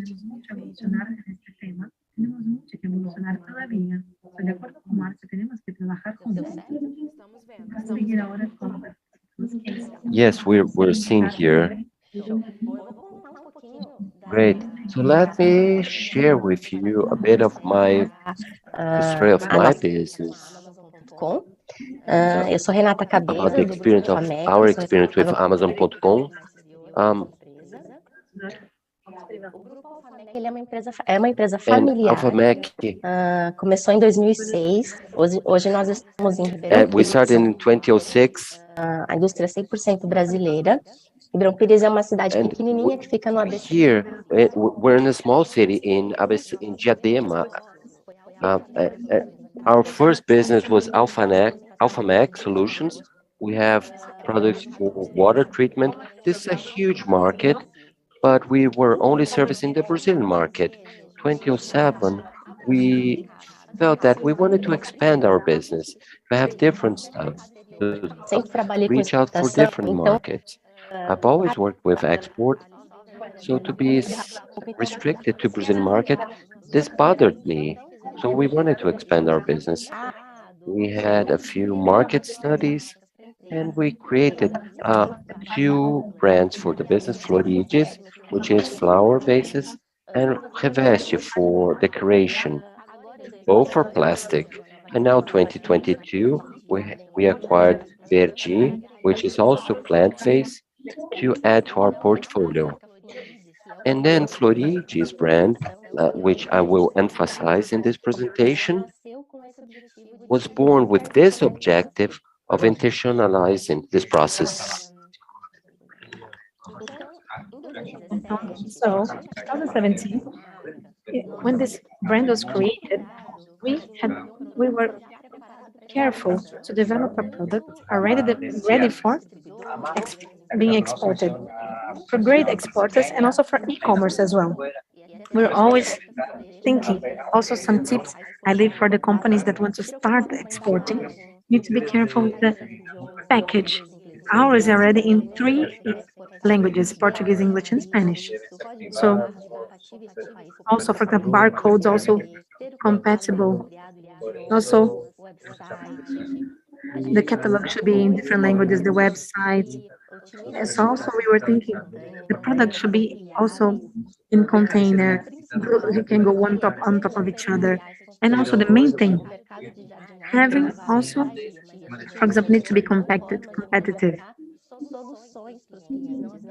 To give solutions to the clients, not only a product that can be planted, but to be planted. Like you can put a plant inside, but that can be intelligence, something with nice competitive quality, so that we can have go in the market. So Apex has helped us so much. Apex was part of the story since the beginning. So, like for example, IX, many projects that helped restructuring the company as a whole. We didn't have this before. And then we started this in sectorial projects, so many things. We have part also of presidential meeting in Miami. This was so important.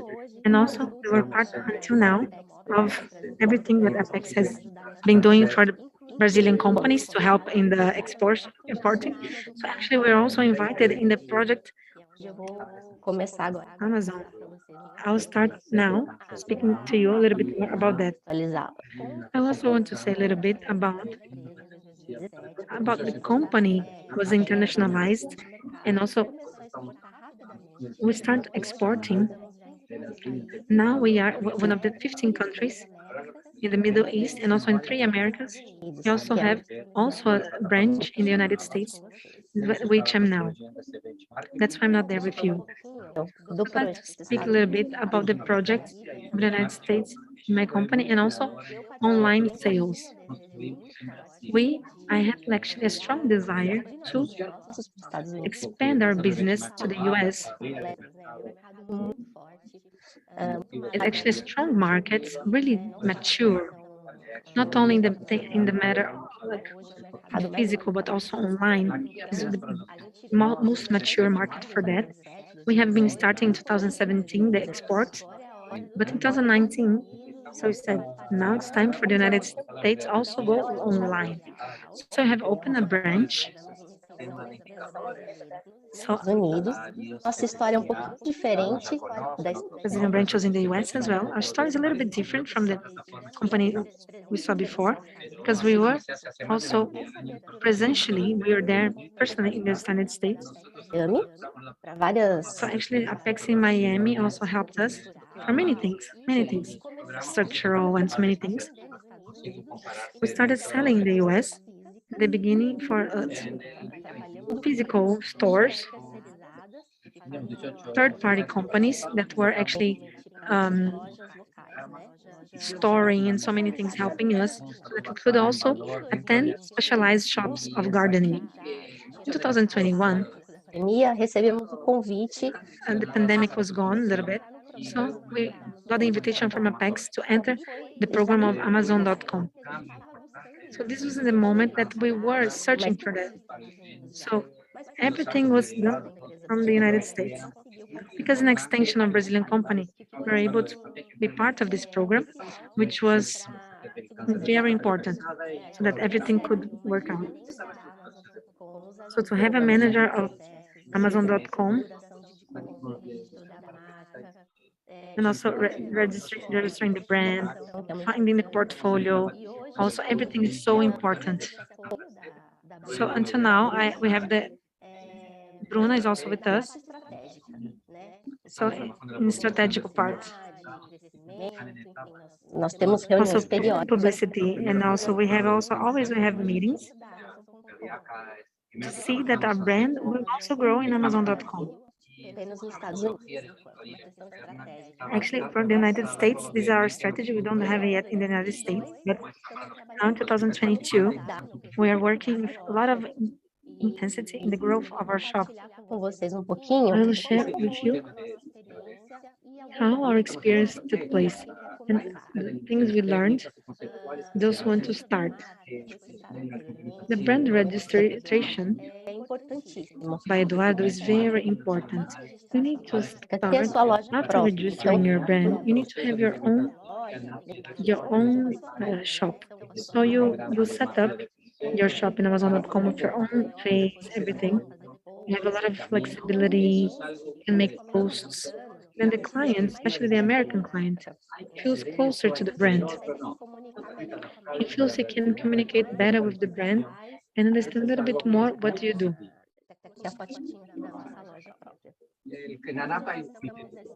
So these are brand. We are in the strategy of investments. There are many possibilities. So beyond the help of our manager to indicate what would be better, how to start, how to set up all this, inside the website of Amazon.com, you as a seller, you have access to almost university. Many videos, a lot of material, which you can study so much about it to be able to do the right thing, to be prepared, to do a good campaign and everything. Uma coisa que o consumidor americano valoriza muito. I think that actually the Americans, they like it so much and also everywhere. It's very important to see the review, to see what the client is living. You start a new shop in Amazon. Esses reviews, né? Então você vai começar a fazer uns investimentos para acelerar as vendas, divulga. So you can, for example, accelerate the sales, everything. In Amazon.com, actually Amazon.com is the search engine website of the American. If you want to find anything you'll see Amazon.com. Me myself, actually, I'm in a shop and I see, no, let's first check in Amazon. Then we come back home, we search better in Amazon, then you buy there. How you decide what you want to buy? You need to check the evaluations, you check the reviews. So there's a program of Amazon.com, which is called Vine. Now we are entering this program, which is exactly to help to intensify the review. Another teaching, another learning, always need to search again and again. Don't put your shop there and just keep it there. Everything's okay. No. You need to always navigate, check the competitors, how to stand out for the clients, which search engines the client will search. Inside Amazon.com, there are some tools, very nice tools that you can see. What are the kinds of products that are selling more? What are the demands? In this website, you can see, for example, what can you bring as an opportunity for you to grow your sale? Not only checking the competitors, but also inside the Amazon website, how can you increase your sales? It's very important also to take care of the client experience. Here I am actually referring, how can you present your product in Amazon.com, on Amazon.com? When we started, we didn't have experience with e-commerce. We never had nothing like this in Brazil or outside. So for us, it was a lot of learning since the beginning in Amazon. So we realize how it's important for us to give the information, qualified information for the client, right? When we buy online, actually, we're quickly going through all the products. If you don't put a picture with key information about the product, maybe that description will not be read. So to improve the client experience, you need to give proper photos so that the client can know what he's buying. It's very important because in the US, the culture of giving like returning the product really works. They have this really strong here. So if you got a product and the product's not exactly how you thought the product would be, they will give back the product back. They don't have the cost for that. So it's really easy to get an item. Oh, I didn't like it. Let me give back. Let me return it. So yeah, the client must know what he's getting, what he's buying. So to have good package, so many things. O último aprendizado que eu coloquei aqui no final é precificar corretamente. Isso deve ser feito desde o início, antes de você colocar sua loja online, né, iniciar as vendas, com a própria ajuda desse programa da Amazon.com. Para te ajudar passo a passo. Precificar corretamente desde o início, ou seja, from the beginning, you need to take care of all the logistical steps, put all in the paper. It's very important the package. E ela tá amassada, por vezes eles nem abrem a embalagem, porque eles the package is like it's not proper. They do not even open. They think the product is not proper. Então, ter uma embalagem adequada, com produto bem protegido, to have a proper colocar no custo do produto algumas devoluções. Put in the product cost another also return percentage. You can verify it. Check this percentage inside Amazon.com. Então você consegue se basear por ali. So you can also check this there. Colocar isso também. And also to check this publicity, marketing, which costs any other kind of sale. You need to do marketing. You need to be present in social media. É muito importante para ser lucrativo para você e o consumidor receber realmente algo de qualidade. The consumer needs to also get something of quality. Bom, essa foi a minha experiência e aqui eu deixei experience. And also, I kept this image here, just to those who want to export to the United States, to have an idea. This is something very just brief that our clients from 2021. E eu contar que uma vez, I'd like quando to tell, está vindo para cá, a gente when we're coming here, olha, a gente we're talking to someone from here. We are studying the market. A gente quer acertar, puxar o fio da meada. Quando a gente puxar o fio da meada, acho que vai dar certo. Start. E essa pessoa falou para mim, olha, você acha que nos Estados Unidos... You think in the United States is actually the middle, but actually it's just the end of the tail of the elephant. If you pull it in the US, so many things will come. Be prepared, be prepared. So I just say, which lesson did I learn? Just start getting ready, taking care of your quality of your product. Se você for puxar o rabinho do elefante, você vai ver que ele é gigante. É um mercado muito monstruoso, muitas oportunidades. So many opportunities will come, many opportunities for Brazilian companies. So I hope I have helped you. Good luck for everyone. Sou uma grande incentivadora disso. I'd like those who want to come to the American market. I think this will be very good. I encourage all of you to do that.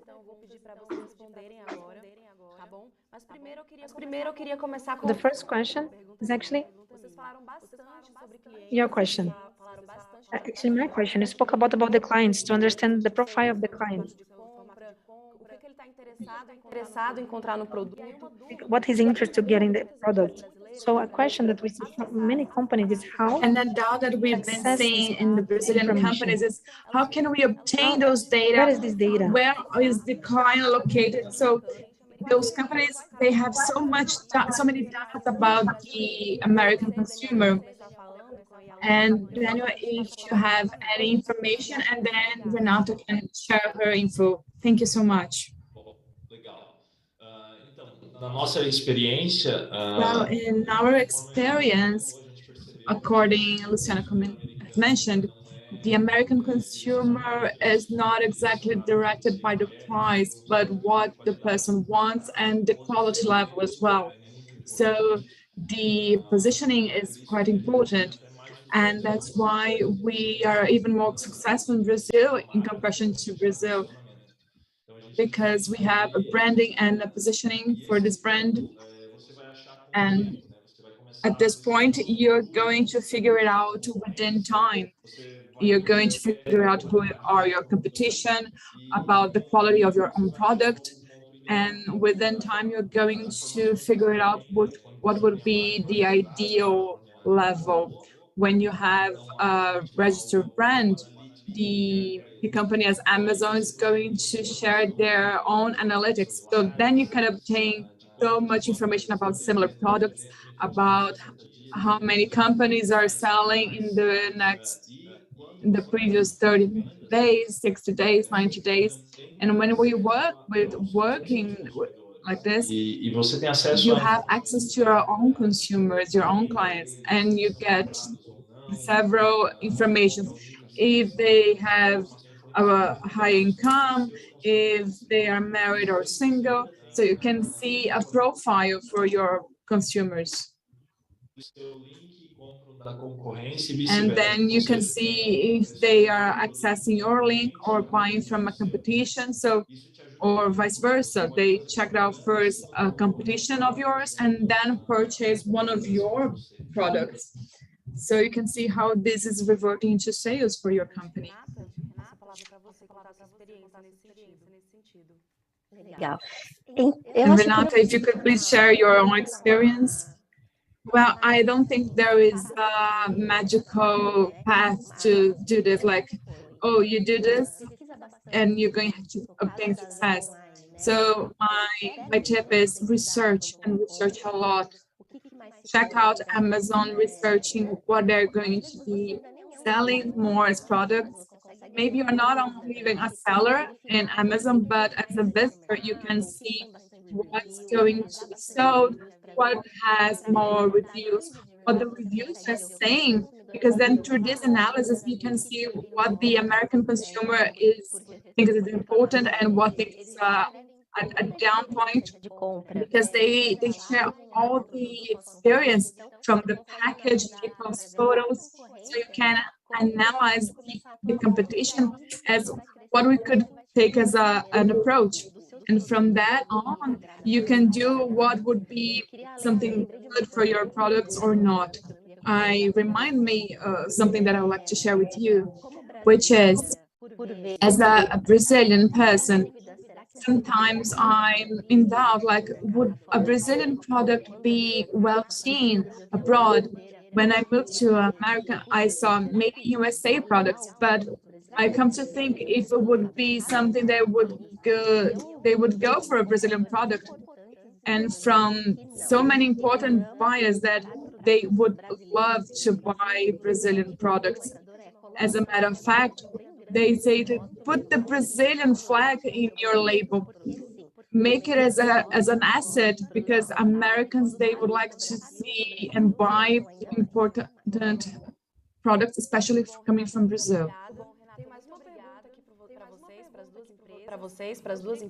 Well, we have 2 follow-up questions, and I would like you to share a marketing digital tip. Someone is going to marketing e-commerce in the first time. Could you please share a general one for someone that's going to the e-commerce for the first time, and another one for marketing, because we know that the combination of these factors is really important to Amazon. Daniel, please. Well, I can see that it's about buying at Amazon is that you should put infographic images, because in Amazon you can see and make available several photos, but not everyone is going to see and read your description. But if you put all the major information in the photos, because this is going to be a decision-making process for the consumers, and they're not going to be really patient to read the description.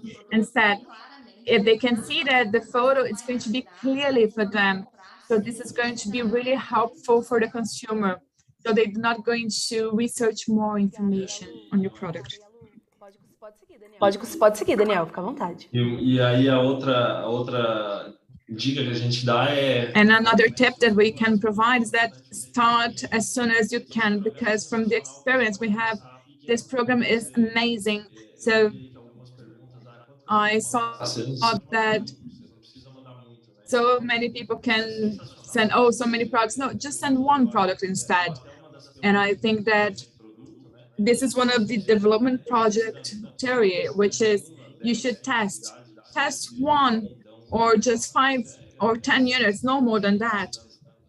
But our tip is just start it and give it a try. Yeah, great tip. So we're going to adjust along the way. Renata, what would be your tip? Well, I think they have provided valuable tips here. And I think images, as they mentioned, is more images, the advertisement contain photos, the better would be, as it would be also mirroring your sales.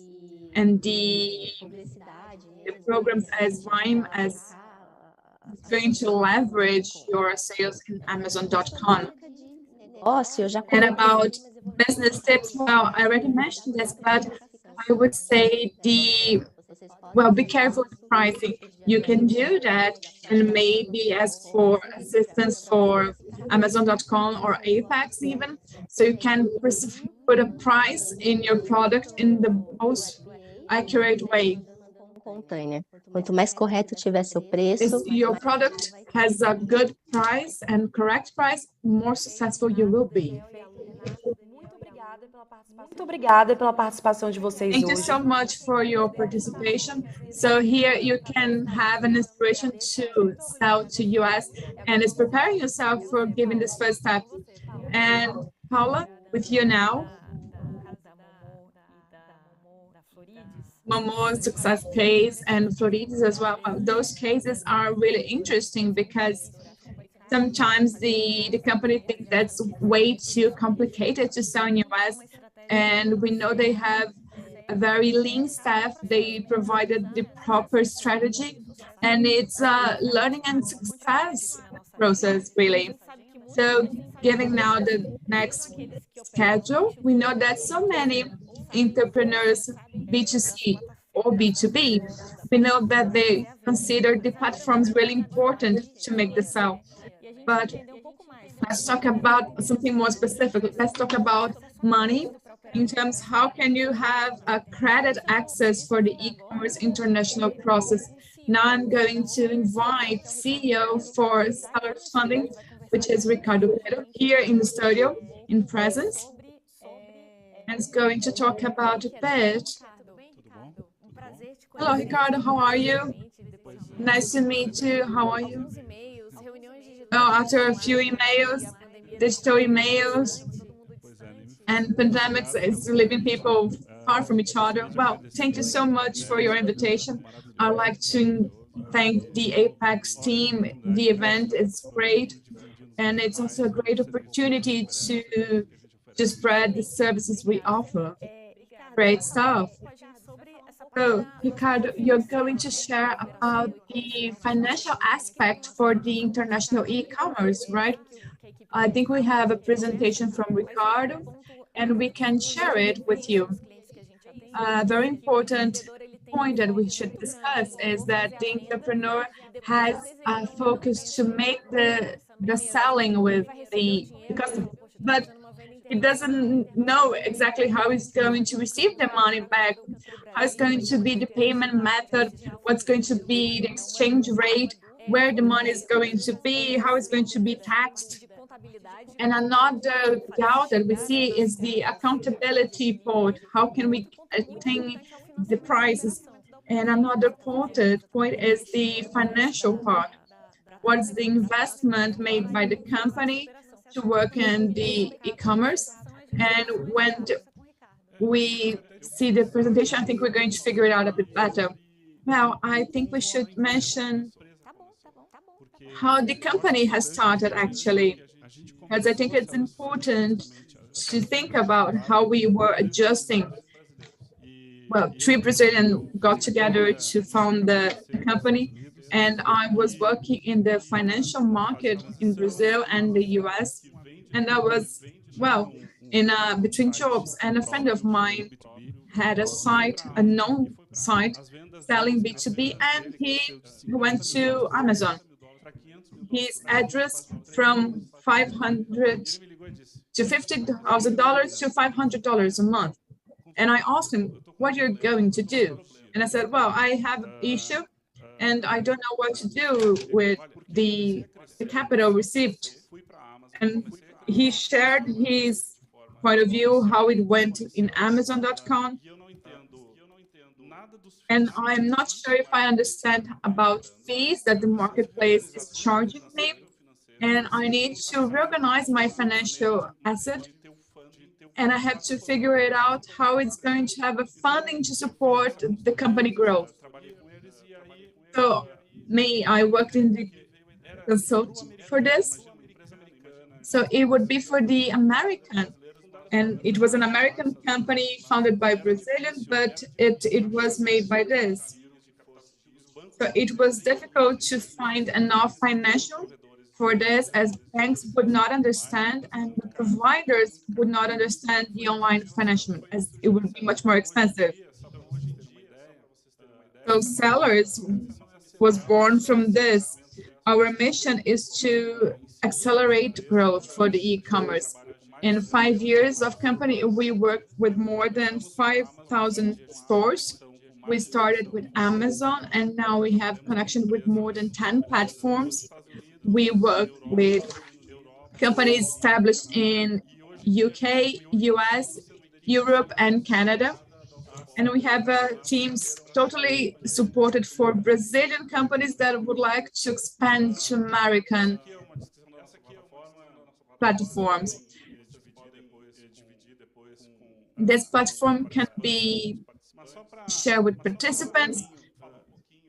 And just to give an overall, the difficulties you mentioned are difficulties from small companies throughout the world.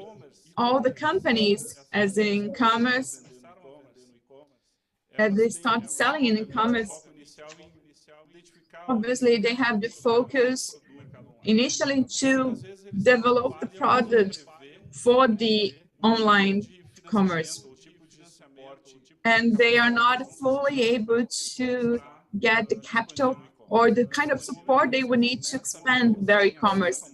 But from the moment you start selling and you have a marketplace access, you are ahead of so many millions consumers. So if your product is a product that's going to attract consumers, and in this way, well, you mentioned this before, but you have to be prepared. As my friend that saw that he got so bigger in so little time, we've seen this happening so many times actually. And we have a study that more than 60%, depending on the time frame measured, but more 60% of medium and small enterprises, they go bankrupt because they are not expanding or just predicting correctly their capitals. And then we are going to an e-commerce that's much bigger and attending much more consumers. This risk increases even more. So what we have developed here as a solution is that sellers funding is going to have enough capital to provide financial, approving credits based on sales made via marketplace. So between 3 to 6 months of history to approve the credit then, and from that, we, as a seller's funding, we are approved by Amazon as a payment provider, meaning we offer digital accounts for our clients so they can inform Amazon where they should receive it. So if you are in Brazil, you can establish with a company in US, we're going to open up a digital account just as a bank account. You inform that number to Amazon. In that, you have a drop down, so you can select seller's funding.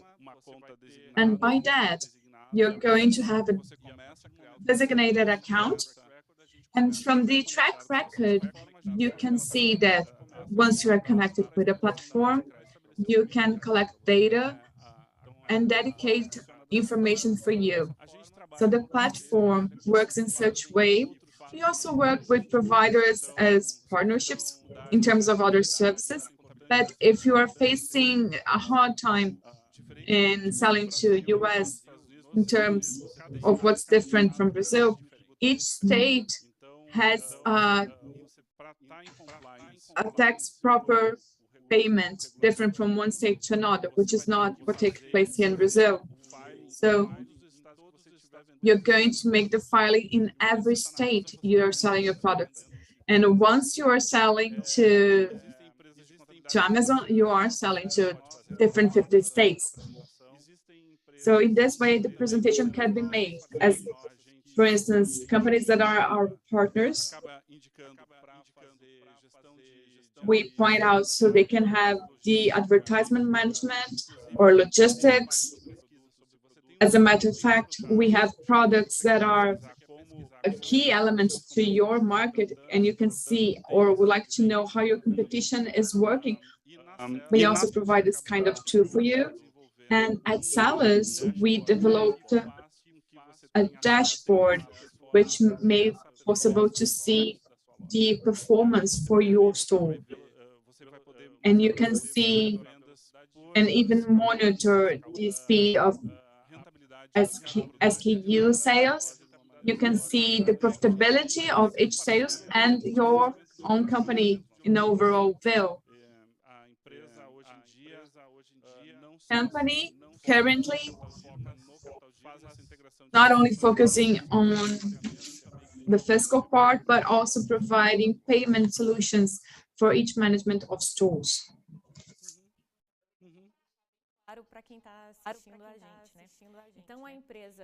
Just to summarize for the audience, so the company is going to start selling for Amazon, but not only Amazon, but any other platform. Walmart, eBay, any platform you select. So the company is going to select and start selling on Amazon and select a payment form. And it's going also to make an option for the provider. So everything that's been sold at that marketplace is going to be as a checking account, right? Correct. So all the fees that the company may be as a commission for the website is going to be deducted from that account. We can offer a prepaid card, and with that card, you can report your own payments from the company and going to have a credit history within US. This is of high importance as you're going to have American tracking for the market. And you're going to have a performance tracking, and you can even have a foreseeing of how much credit you would need and to make possible the whole logistics of it. And it's a positive cycle. From you get more sales, we're going to provide a higher limit of credit based on our algorithm, because it's going to provide the expectation of future sales. Another really common doubt is about getting back the money from the sales. How can we make the transfer from the US to Brazil, as we're going to have to use this in Brazilian reais? You can make the exchange rate between dollars and Brazilian reais. We have partners that work with this, or you can simply, if you have a local provider account and you would like not to change, you receive in dollar and transfer directly for your bank here in Brazil.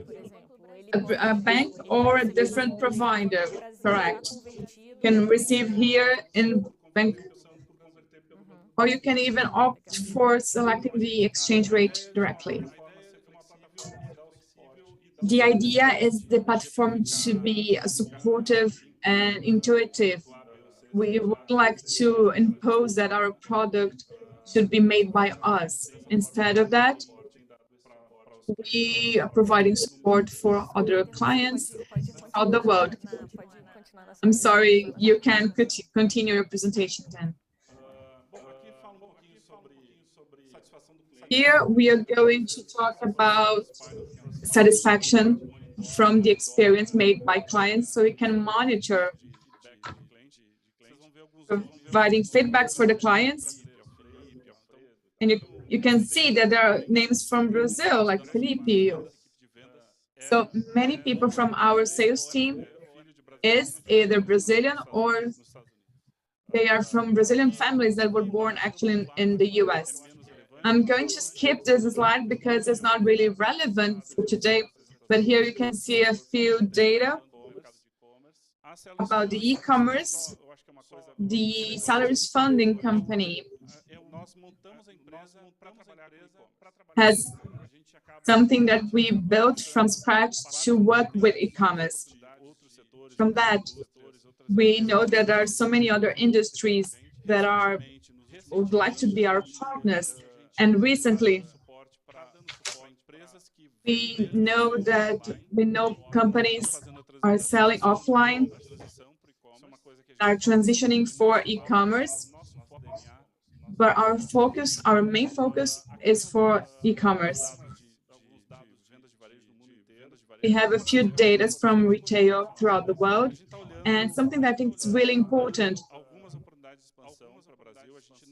We are foreseeing a few options in Brazil. We are not offering yet for Brazil. Our focus is supporting Brazilian companies that would like to sell in the US. If you like to think about it, among the 10 biggest e-commerce available, the only one that's developed is US. It's the second biggest one consumer in the world. The magnitude would be, if I'm not mistaken, it's around billions of dollars. Represents more than the 10th emerging markets for e-commerce. From them, represents more than one of the domestic markets we've seen in other countries. That's why our platform was created with this concept. Throughout the world, you can see that the biggest one is from China, and then the second one, following really closely, is US. Not many companies have the capacity to compete with Chinese companies. So naturally, they are going to check out the American e-commerce. And the platform was created for that.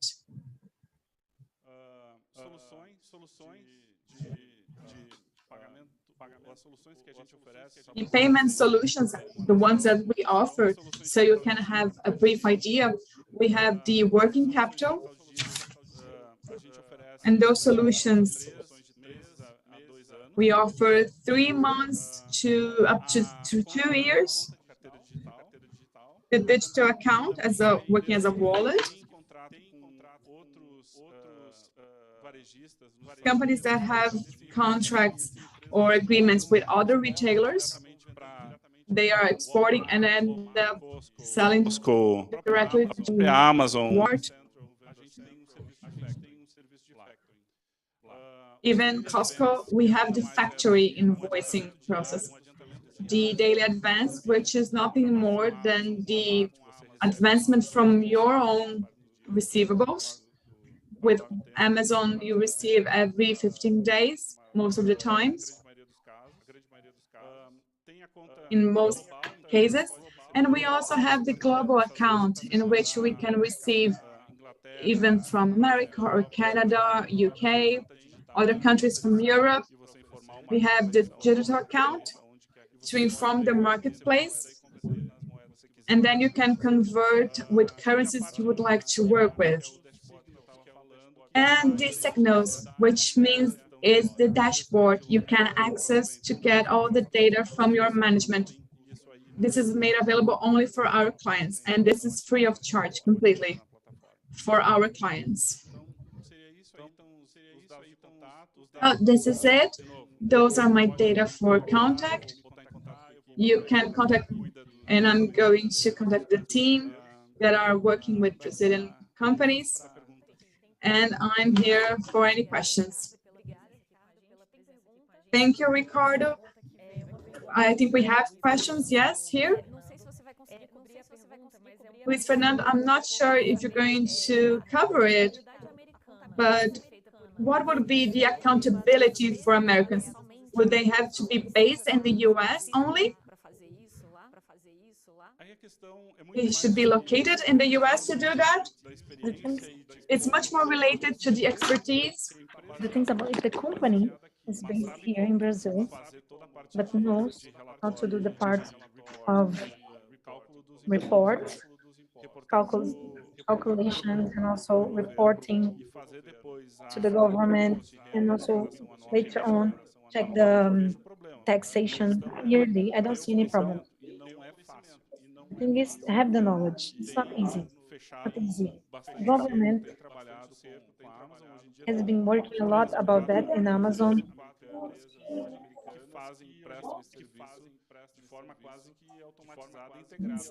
So this is almost automatic. So there's in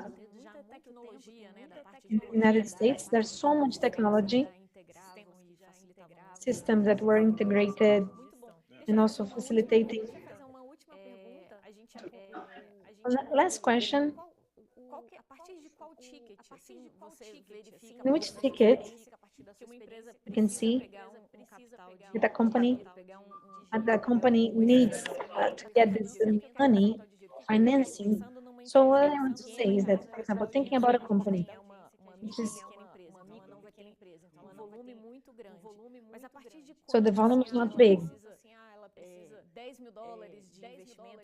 $10,000 of investment, 30,000. How much the company needs to start this? I think depends on the sector of the relationship that exists. If you can,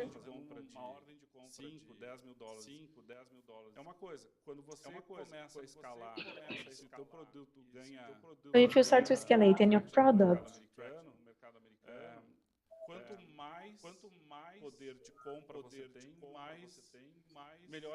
if you can buy, this will make better all the conditions you can to negotiate with your partner. So I don't think there's a magical formula, a specific number, 5,000, 10,000.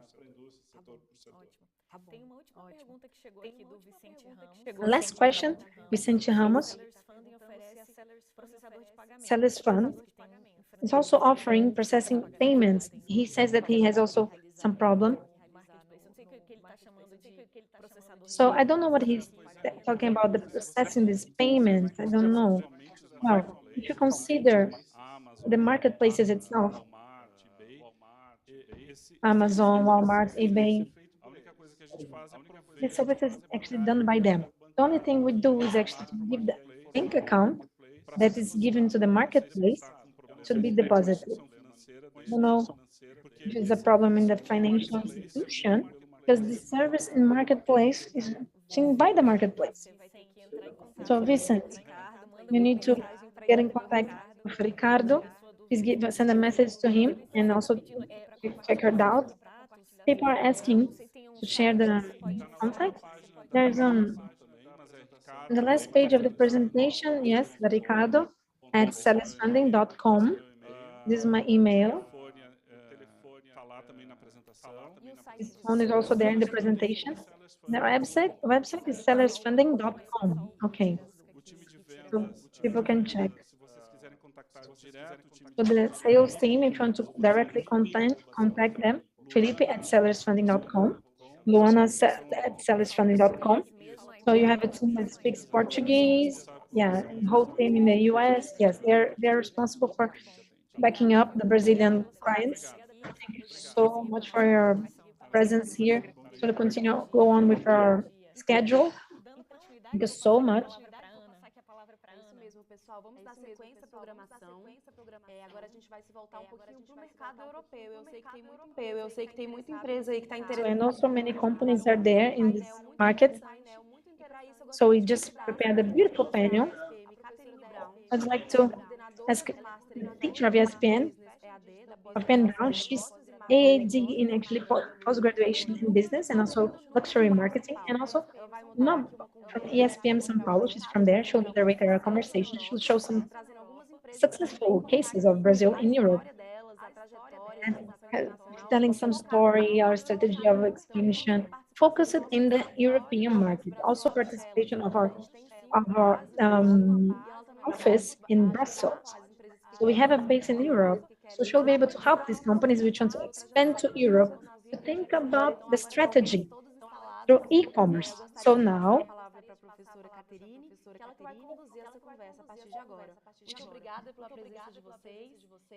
we will conduct this conversation. Olá, pessoal. Tá funcionando o microfone? Tudo certinho? Muito obrigada.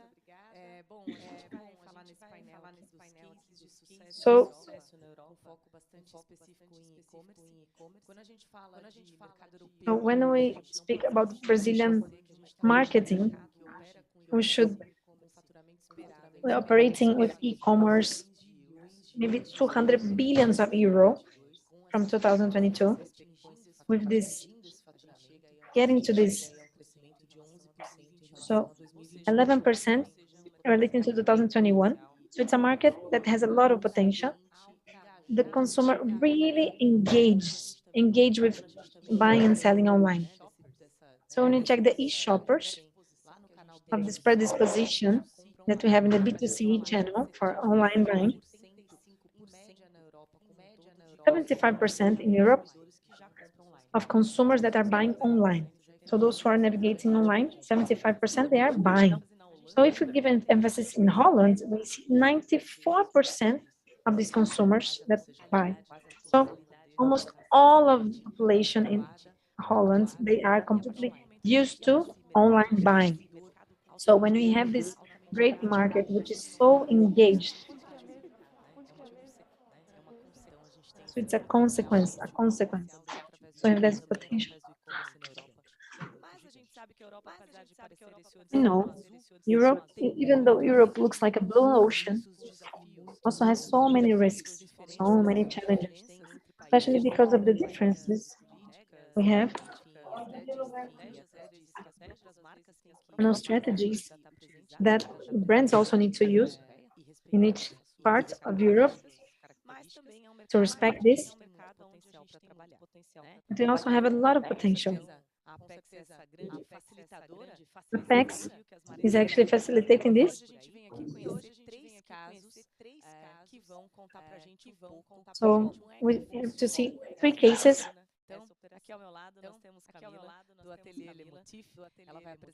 So Camila from Ateliê Motif.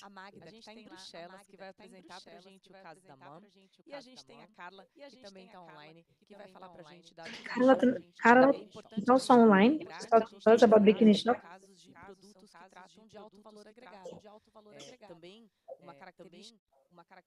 So also this is also a characteristic of Europe. Will never be able to. So, Olá, Catarina, bom dia. Muito obrigada pela apresentação. Agradeço também pela presença de todos.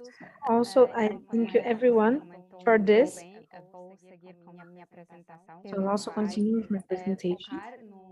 I will also focus in the platform of Monk. In the back, actually Monk is actually digital showing. This is actually the main topic of this week of e-commerce. I'd like to bring to you not only the cases of marketplace, with other tools working with digital transformation. And in this case, I wanted to speak. MOM is, this is a platform that was created with the object. It's one of the main events here with the segment of home and construction,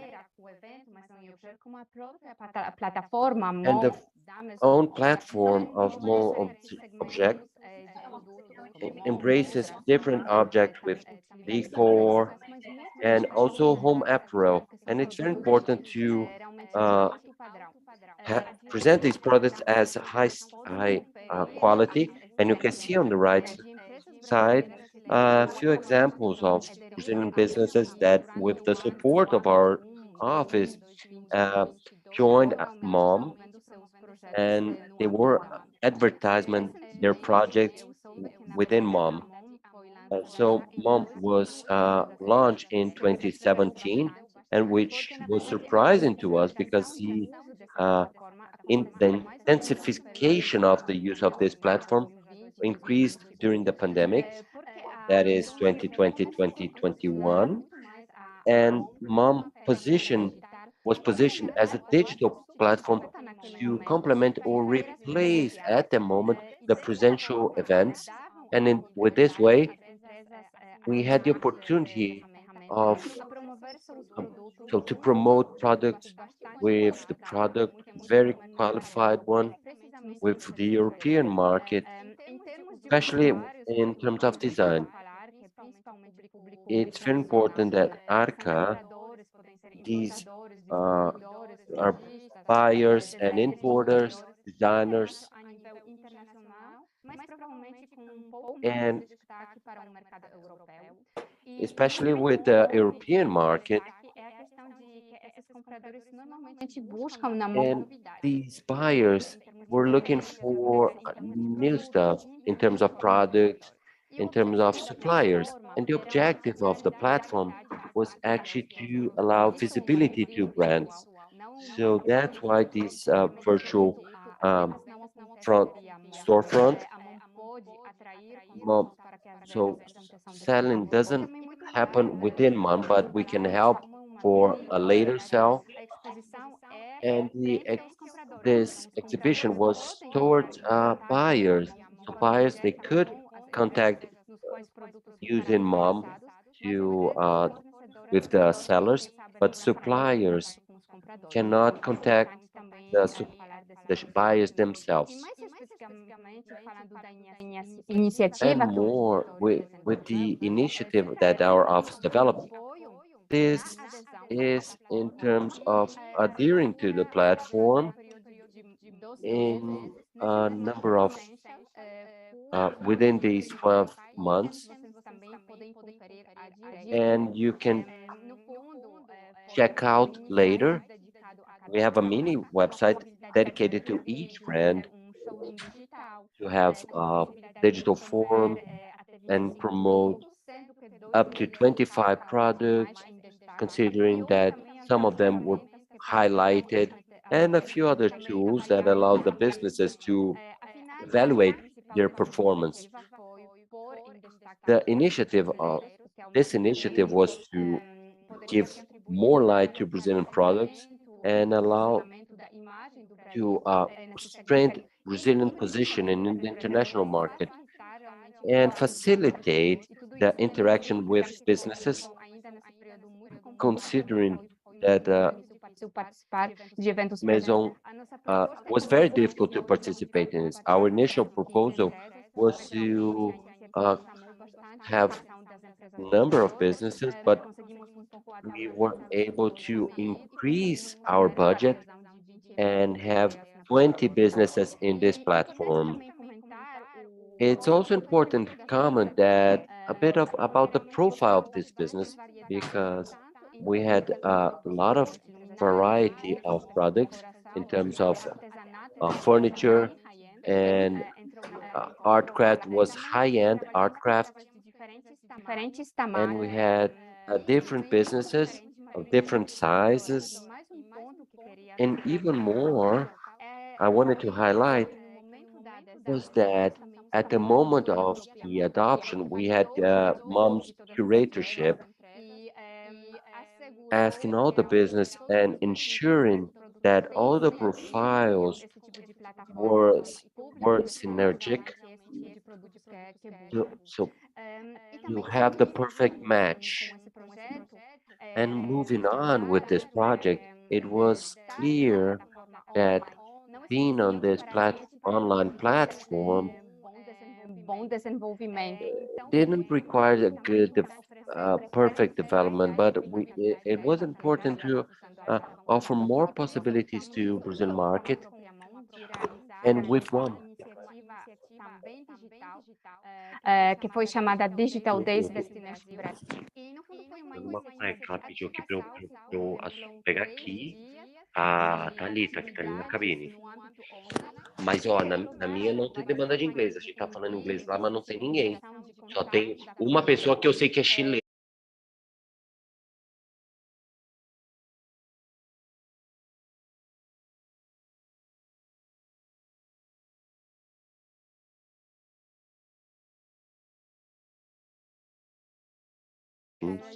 In terms of selecting with designers, and this was very clear, and in general, and for this, tanto com uma plataforma, for the fact we worked with a platform, having more visibility, this was very positive. And we have an average of 50 prospects per business. And our office decided to have a second edition in 2022. And at this moment, we're finalizing the process of bringing in businesses. And we have a few more that ensures that this is a well-succeeded process. And Camila from Telemati will moving on with the presentation, that she will show a few more details regarding this. And we have a few points that we can enforce. It's very important to highlight that the engagement or the business having tips in their online process and a complementarity between virtual and on-site, and businesses taking part in this event. You can see a few photos here on the right-hand side. It's very important to understand that mom receives a lot of support, and the businesses within mom were able to do networking at this event. But this was not the only case.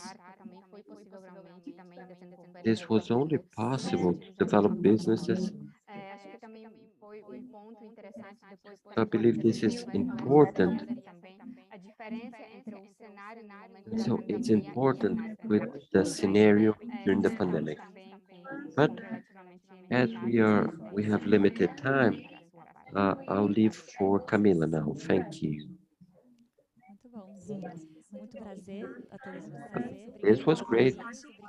It's a pleasure. Thank you for invitation. And I was discussing with Kate about our trajectory. Madeleine invited me through this partnership of MOM to talk about our experience. I'm sorry, I don't know how to work with this. Okay, so there it is. So we have our atelier. I would say plural because this atelier is me, myself, and my mom. And so we have this work, a forehand work with authorship design in porcelain. So just showing a bit about our products. These are all porcelain, and our work is oriented towards design. So we started our process with a Brazilian event called Paralela. And then we had the pandemic, lots of uncertainty, but we are in the decor universe. And I don't know if we can talk about this, that during the pandemic, we were well succeeded at that moment. And I was asking if we didn't have any events anymore. We were working digital and basically on Instagram. We were presenting organically which shop we had there, and we were presenting there. We had a very interesting effect there. We're still working there. And we were using this way, this possibility, digital possibility to act with other clients and reach out to other clients. And we have a cabin there. It's a root project that aims to enhance designers, especially with the southern region, and in contact with a colleague, Regina. Well, she said, well, Camila, we need to start somewhere. And so we did. We worked with PayX to understand this universe, internationalization universe, and the possibilities we could uh, work. And then we took Invest São Paulo, bit longer event, and we had the opportunity of being at Maison Objet, and it's very criterious process, and we were selected and we joined in like the previous presentation, and then from there, what do we do? Oh, to us, this was a huge achievement. Okay, so we're there, but we're there, and what? We are in a platform. How do we work here? And it is very clear that this is a tool um, with an initiative that is not alone, and we have to work with different initiatives and possibilities that are allow us to work with our product in different ways.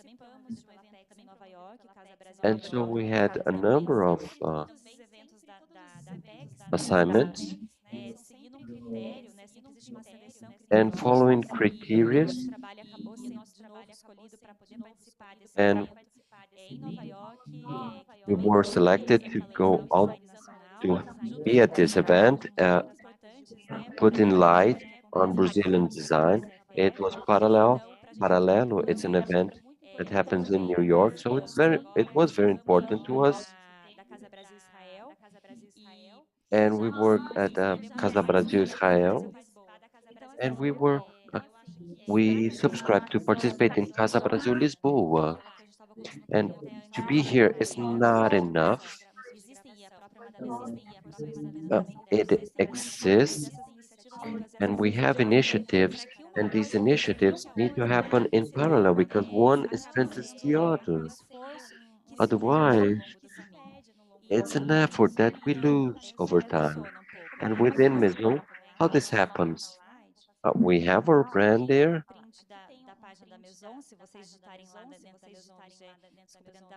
And with Maison Objet, within Maison Objet, we have a link there and towards Mom. And if we go to Mom, you go Atelier Le Motif, and you see our products. And buyer who sees this, they can get in touch with us. There's an email there and requesting more information and a catalog. And in this process, communicating the interested party could be architecture, design. It is very important, this follow-up. We need to communicate with them. And so we need to have, we need a lot of care. We are in India, and we are in France, and other places as well. And we are in Panama as well. And so we are negotiating with Australia and Uruguay as well. So this is a ladder, really. It's a day-to-day little initiative that you can think that is something huge that will happen if you don't have this day-to-day, this attention to a project that brings so many opportunities. And so I have my website here, our Instagram, and our email. Not sure if we move on to Kate or Carla, right? So Carla, I believe now it's with you. You can talk from Brasilia. Thank you, Camila.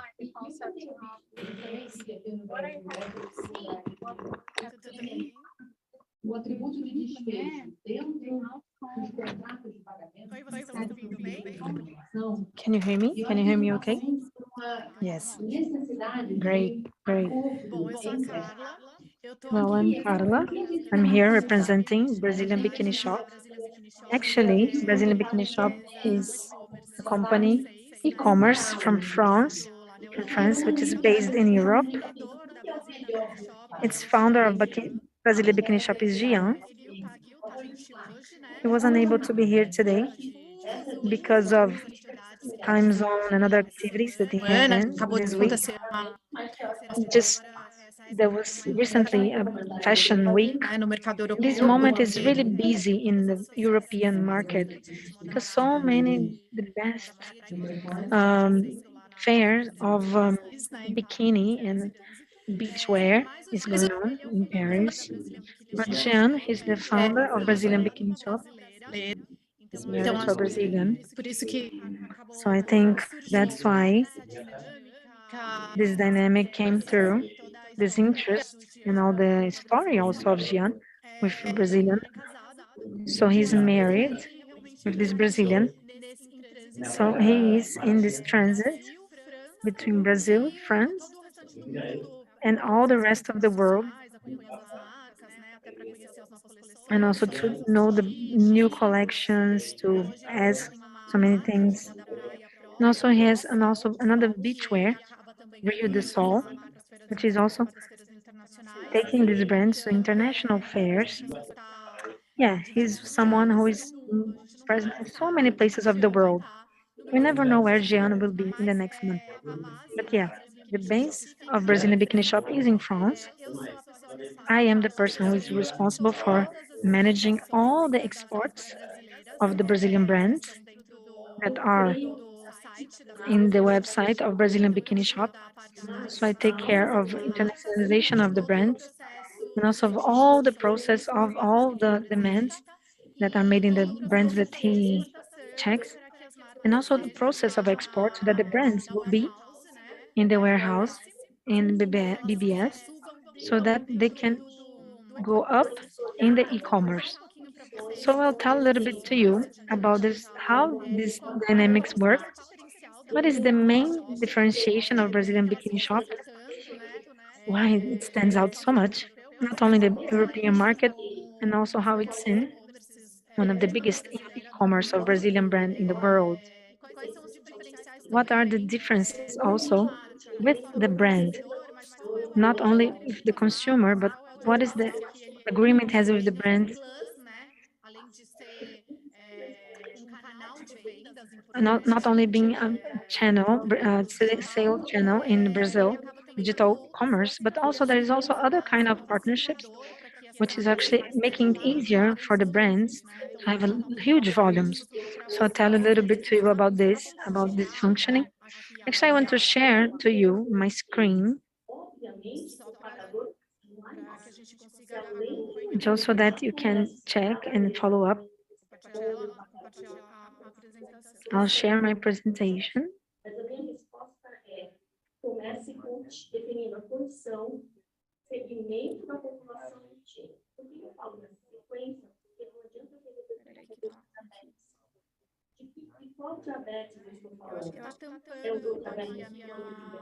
I think it's covering my screen here.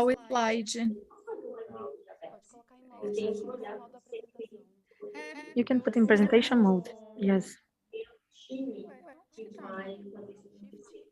Where is that? A carinha de vocês está em cima. Eu tinha jogado a carinha das pessoas para baixo e estava bem em cima do ícone. Desculpa, deixa eu jogar ela aqui. On top of the icon. Oh, sorry. Vou voltar aqui para cima. Tá. Bom, a Brazilian Bikini Shop, ela foi fundada Bikini Shop was founded in 2009 by Gian. It represents many Brazilian brands, like I told you before. Now, The main Brazilian beachwear and resort brands are in this e-commerce. We have Água de Coco, one of the brands, Carla Vivian, Trilha, another brand, Amélis Lama, Blumeng, Impress, Rio de Sol, Aviques. So many brands of Brazil are inside this e-commerce. They're exclusively Brazilian brands. There are no other brands of other nationalities. All are Brazilian brands. This is the focus of Brazilian Bikini Shop. Also, Brazilian Bikini Shop also receives other accessories also. So we work with Ipanema, bolsas, então tem so many bags, accessories, which is not so present from beachwear, but the segmentation is also there in the website. But today, the website of Brazilian Bikini Shop is also present in 120 countries. There's a mailing of approximately 350,000 contacts of people who have been accessing the bot, have registered, and are activated with the mailings of BBS, Brazilian Bikini Shop. And because Brazilian Bikini Shop is a portal from Europe, but actually that serves all the whole world. If you want to buy something from Brazil, where will you find? You get this Brazilian Bikini Shop website. So there's an icon so that you can access in all idioms, in all languages. There are three languages by which you can access it. When the brands they have more representative, they are actually shown depending on which kind of country. So if you are in England and you want to, for example, buy Blumeng's website, so it directly goes to pela Brazilian Bikini Shop. So it's given by Brazilian Bikini Shop. So it's actually facilitating the distribution of these brands. So it's actually two fronts. We're directly sold for the brands. We have the distribution for a few brands that they are representing. So Carla Vivian, Thea, Blueman, Impress, part of those brands that are being sold within Brazilian Bikini Shop website. It's also been worked with the representation of those marks, as in terms of branding. And it's not being limited only to web selling, but it's going also to make higher requests or even a different kind of negotiation, and how it's going to have a higher volume, also closing deals with higher volumes. So we have a warehouse so we can stock the collections and requests. And also it's possible to make it available for shipping in Europe market. So it can be sold for the whole country or even more countries, not only for Europe, but also other countries. For instance, brands that are representing that also receive higher requests, it's possible to have better deals in the European market. So the collection is something that's being requested in a high volume.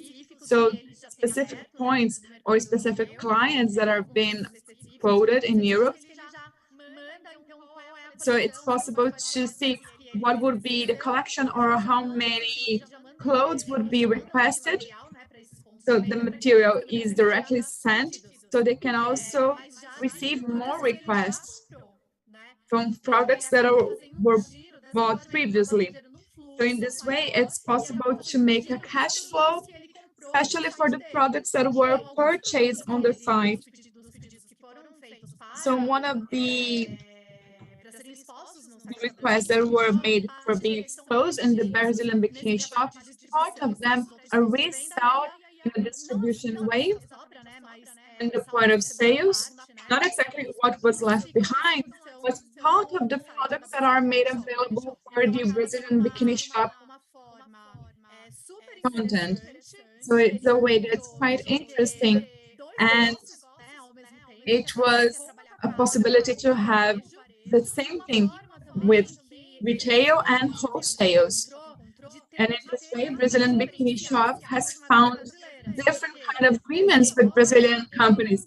In such a way, it's not going to receive smaller requests that would be only requested by website, but it's also possible to have higher volumes than expected, which allows to have discount negotiations of agreements in better view. So it's possible to have a product that's much more accessible, having a higher markup, negotiating the discount with each brand one. So the markup is going to guarantee a better profitability for these purchases, but it's also made available because the volume is high enough to ensure the negotiation power is possible with such Brazilian companies. This is one of the key elements that I think it's really important for the mappability of the brand. And another point I would like to mention is that besides working with distribution for all those brands, they can also manage the international websites for those Brazilian brands. In terms, what would it really mean? For instance, Blue Man has the e-commerce in Brazil, their website, selling exclusively for Brazilian customers. But the company would also like to provide an international website, or depending on the brand, would be something that's going to be for different markets, one for Europe, another for US. Well, splitting up for continents or regions also. What Brazilian Bikini Shop does is a bit different. The agreement made with different brands, and then they can be the official representatives for those international websites for each brand. So they can ensure a higher request, so attending higher purchases as well. What would be the demand from the international website? So they end up being the managers of the international website for a Brazilian company. So why would this be interesting for BBS? It would be interesting for the company because the stock that's already received to distribute and sell on the website is also going to be sold for a specific public for the brand. Someone that's looking for this Blue Man, for instance, in Europe, as an example. And if the person accesses the website, it's going to be redirected for the international website of such company. So if someone is purchasing a product from this specific company, it's not going to be buying directly from the shipping from Brazil directly, as many Brazilian companies do. They are going to purchase from Brazilian bikini shop stock instead. So the brand has an intermediate for its business because it's no longer necessary to worry the shipping and to worry about the fees or agreements and to take care of it properly. But Brazilian Bikini Shop ends up receiving a higher volume to generate such flow, which is reverted for the brand again, because once again, Brazilian Bikini Shop is able to increase the volume because there is a possibility to have a new face for the business, distributing once again the products purchased specifically for Brazilian Bikini Shop website. So it's a business that's much bigger than just having a simply e-commerce or representing the companies. So this is the website for Brazilian Bikini Shop. So you can search for designers, brands. They represent several different designers. So if the client or customer would like to see would be the brands available, or even just to see, oh, I would like to something from Brazil, and I would like to purchase by type of product instead. When I say type of product, it's not only for a product, just a bikini or a swimming suit. They have different kinds of formats. It's really interesting in how to offer this product. In case you like, say, I would like to see something that is from swimsuit with different kind of designs. So it's a diversity of kind of products that are available. It's different from different existing websites because it's possible to make a distribution really interesting, which makes it possible to see all the Brazilian shops that are with this kind of design we're looking for. You can make a search and the website is going to show the final results to exactly what you were researching for in your own language and your own currency as well. One thing that's really interesting and really useful is this type of attending the public, as Brazilian bikini shop is an international public and has a great repercussion in different kind of countries. There are countries that they have different types of formats for bodies, different types of public. So when you're going to make a research, besides selecting the type of brand or type of product even, you can also select by the type of body. So let's say the client, the customer has the triangle or round pyramid, so you can research exactly for this kind of product. Another thing that's really interesting is for the type of skin. For instance, what kind of colors would match for the product? So you can redirect in a very nice way according to your own profile specifically, and as a result, the Brazilian companies that are going to match for type of body or type of product, type of color.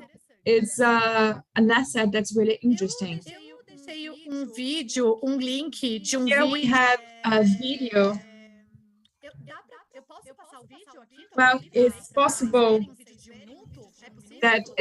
to watch this video if we have enough time. May I share it? Compartilha sim, Carla. Se tiver algum problema na conexão. You may. If there is any kind of problem, we can try to play the video here.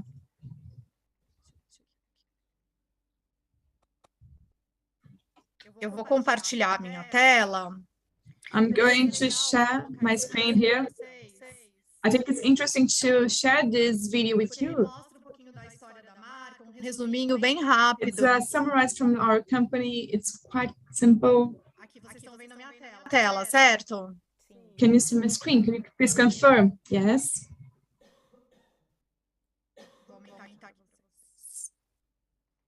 I'm going to put the full screen here.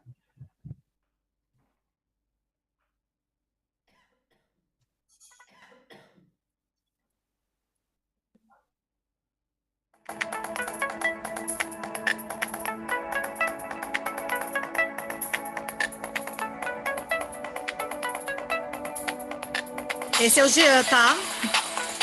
Esse é o Jean.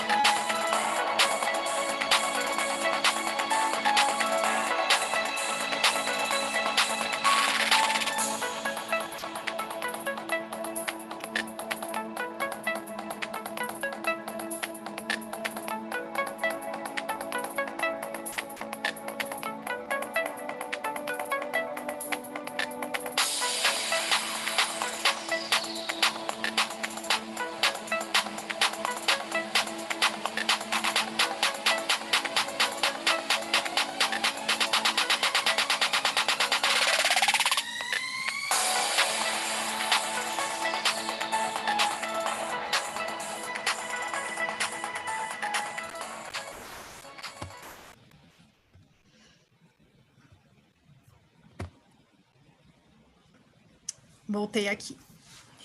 So I'm back now. I would like to share this video because I think it's really interesting, so you can see the structure for the warehouse from our facilities, which is nice and interesting to see how it works. When you visit the space, it's a amazing space, and we separate by type of product and brand. So it's really interesting structure they have set up there.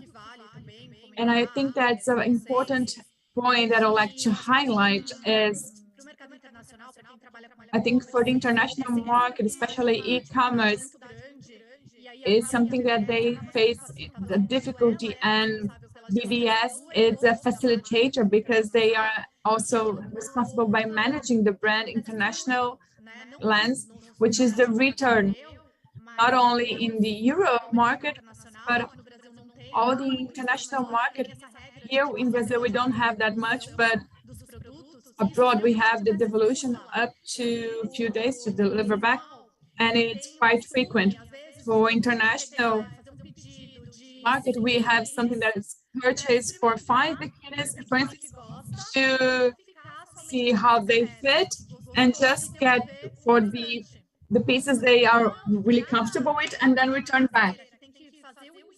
And for a company that's going to send from Brazil and send for shipping, or even with a different kind of structure, if the Brazilian commerce would like to make this, it's going to have difficulties, which is the return, which is something that happens a lot. So what would be the destination for those pieces that are returned back? So if they purchase in the Brazilian website, you send the product, and now the person didn't like it and would like to return, and then would like to return part of the product or just one of them, and you have to see how the returns can be made in a proper way. Even if you have an address to ship back, what would happen most likely is that the brand is going to send will have a return in a new address, but this product is going to be there, but it's not going to be sold again. But at what point that product is going to leave the shipping? Someone has to buy that same profile, the same kind of product, the same size. So the brand is going to lose the product because it's not going to be sent back, but also loses the workflow and sending outside it. So it's a great loss for this management. In this way, Brazilian bikini shop starts to assuming as a management and make these agreements to get the management of the international website. It's going to be really interesting for the Brazilian company because it's not going to be so profitable as we're going to purchase as wholesale, but at least it's going to be willing to win in volumes, in wins that is not going to be worried about how it's going to be the shipment, if the products are going to be returned or not. So the brand's not going to have a problem with that anymore. And on the other hand, Brazilian bikini shop, while you're going to use the international website of the brand, is going to be an additional volume, the same products that is going to be made available in the own website. And it's going to be able to receive the refunds directly. So it means they already have a dedicated structure for it. It's something that's going to be back for the website and also for the Brazilian bikini web shop. So it's an intermediate para quem quer se dedicar mesmo. Someone that works with e-commerce, especially the international one, is something that is difficult to solve it. This is excellent. Thank you for sharing, Carla. Thank you, Carla, Magda, and Camila for your presentations. We can see that the contexts that are completely different and also complementary for one another as a brand, a B2B, another B2C to B2C platform, which is BBS case. I wouldn't say that's the online retailer, but it's another portfolio of solutions instead. And I would like to return to Mom's success case and ask to Madalena, how would it be possible to work and how brands, after they get with the motif, for instance, how can we build our own brand inside the platform? From the platform, how can you reflect that on the market as in consequence, even attracting more buyers and taking to more sales? But how can you see this process feasible in terms of dedication for each brand? As I mentioned to Camila, it's not an easy thing to do. Processo. I know, exactly. It's a process, and I think it's also for the anticipation of the two.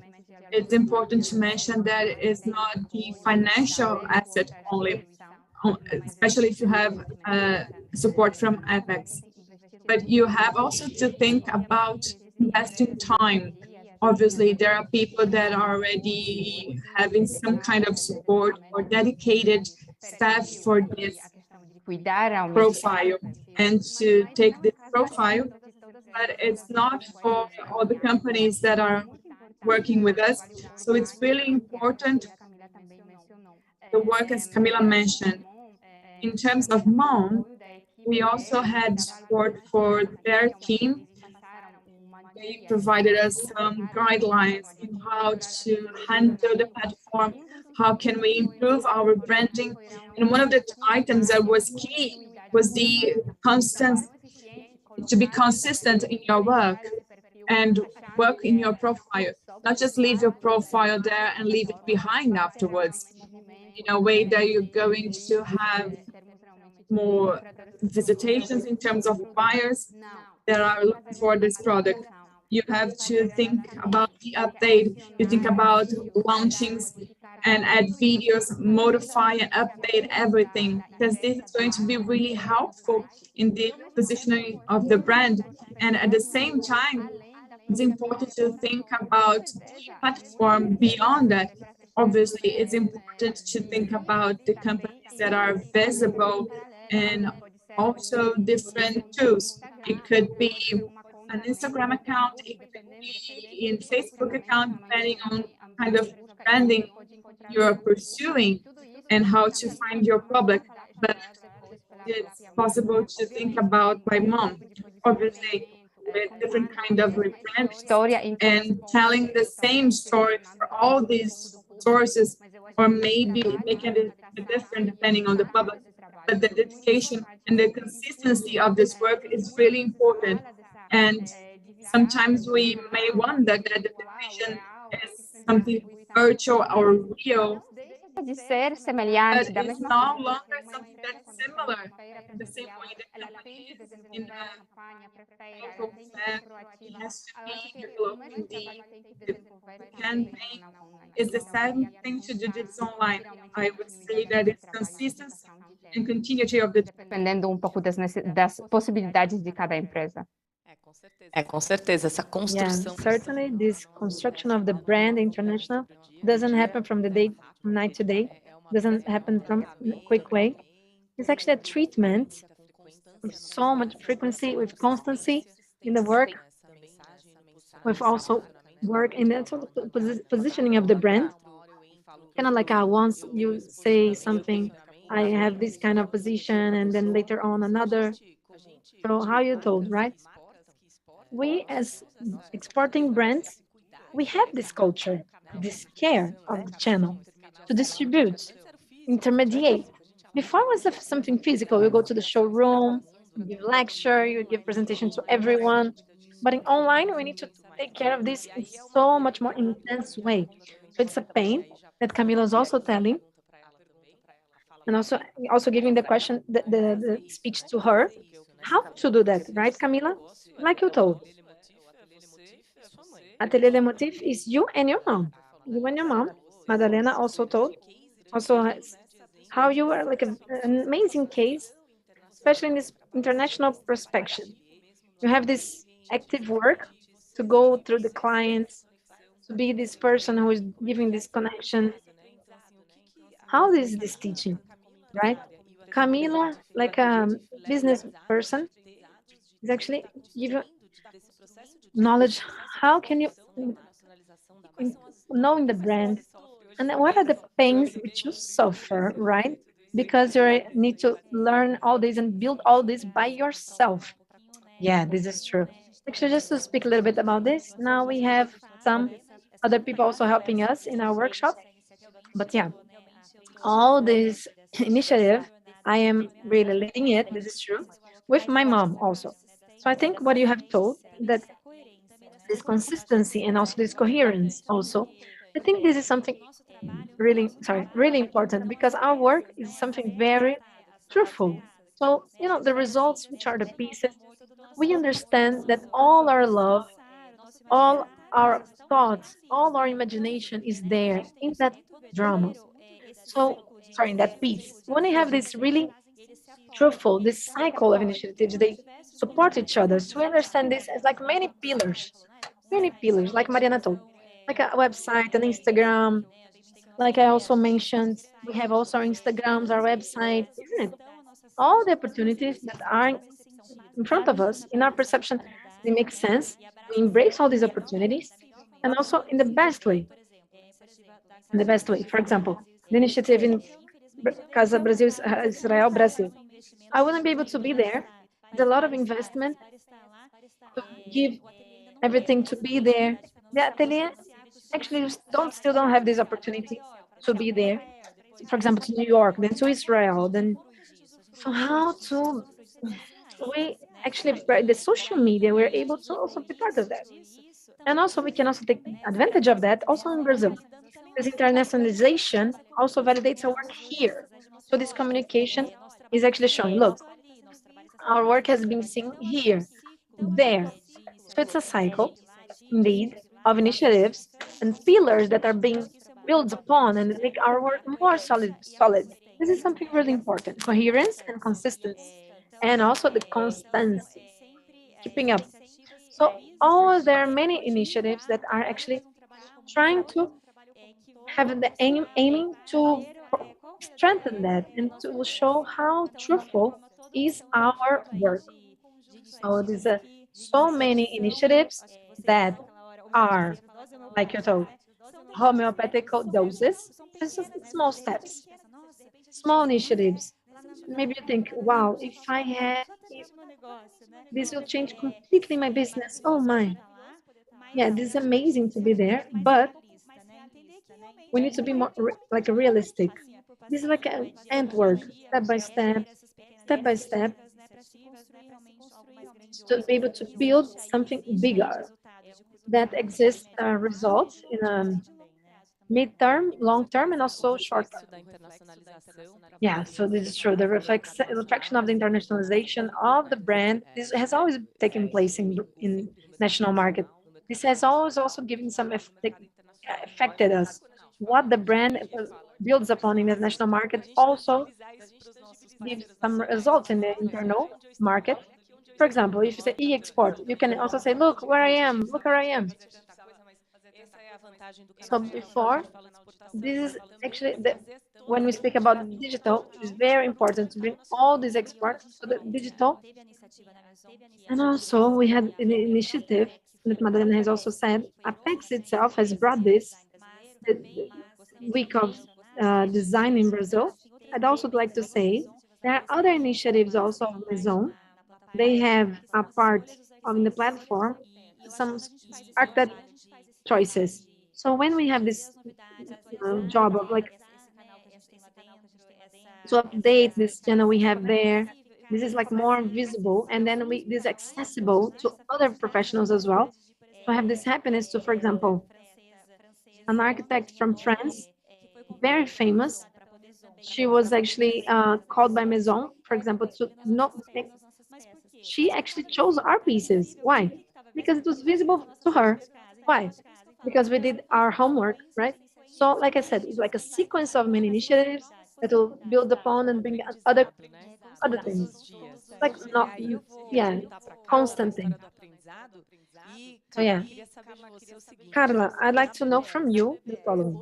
In BBS, okay, nowadays, what is the main goal that you have I mean, the main challenge you have when you want to work some Brazilian brand that's not yet in the process of internalization, or it's not maybe exporting online, for example. Well, our greatest challenge when a brand is not yet used working with the international market is actually forming the prices. Why? Because generally, when we work with e-commerce, you are working with many different places of the world, and you're gonna sell by a special price in your website. When your brand is already having internationalization, like a wholesale market and also retail market, international level, it has an actually a suggested price already for sale. And the suggested price is applied for all the market. When the brand is still in the beginning and it doesn't have it really defined and a price formation very clear, so it offers maybe, like for example, Brazilian bikini shop. I will sell my collection with discounts to get in a volume that will be very interesting. Um preço sugerido X que vai ser aplicado no site. So this will be applied in the website. But maybe it's working, selling to another country, maybe for X and Y country, but the suggested is not there. Why? Because not well determined. So what does take place actually when there is not what is not exactly defined the price formation for wholesale and retail markets?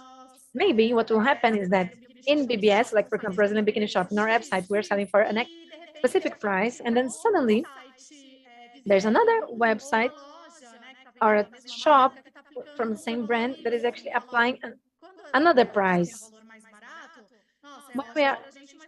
This is, of course, this is bad for the brand, but maybe the opposite can also take place. This other e-commerce is selling for a different price, which is different from what was being applied in the Brazilian bikini shop.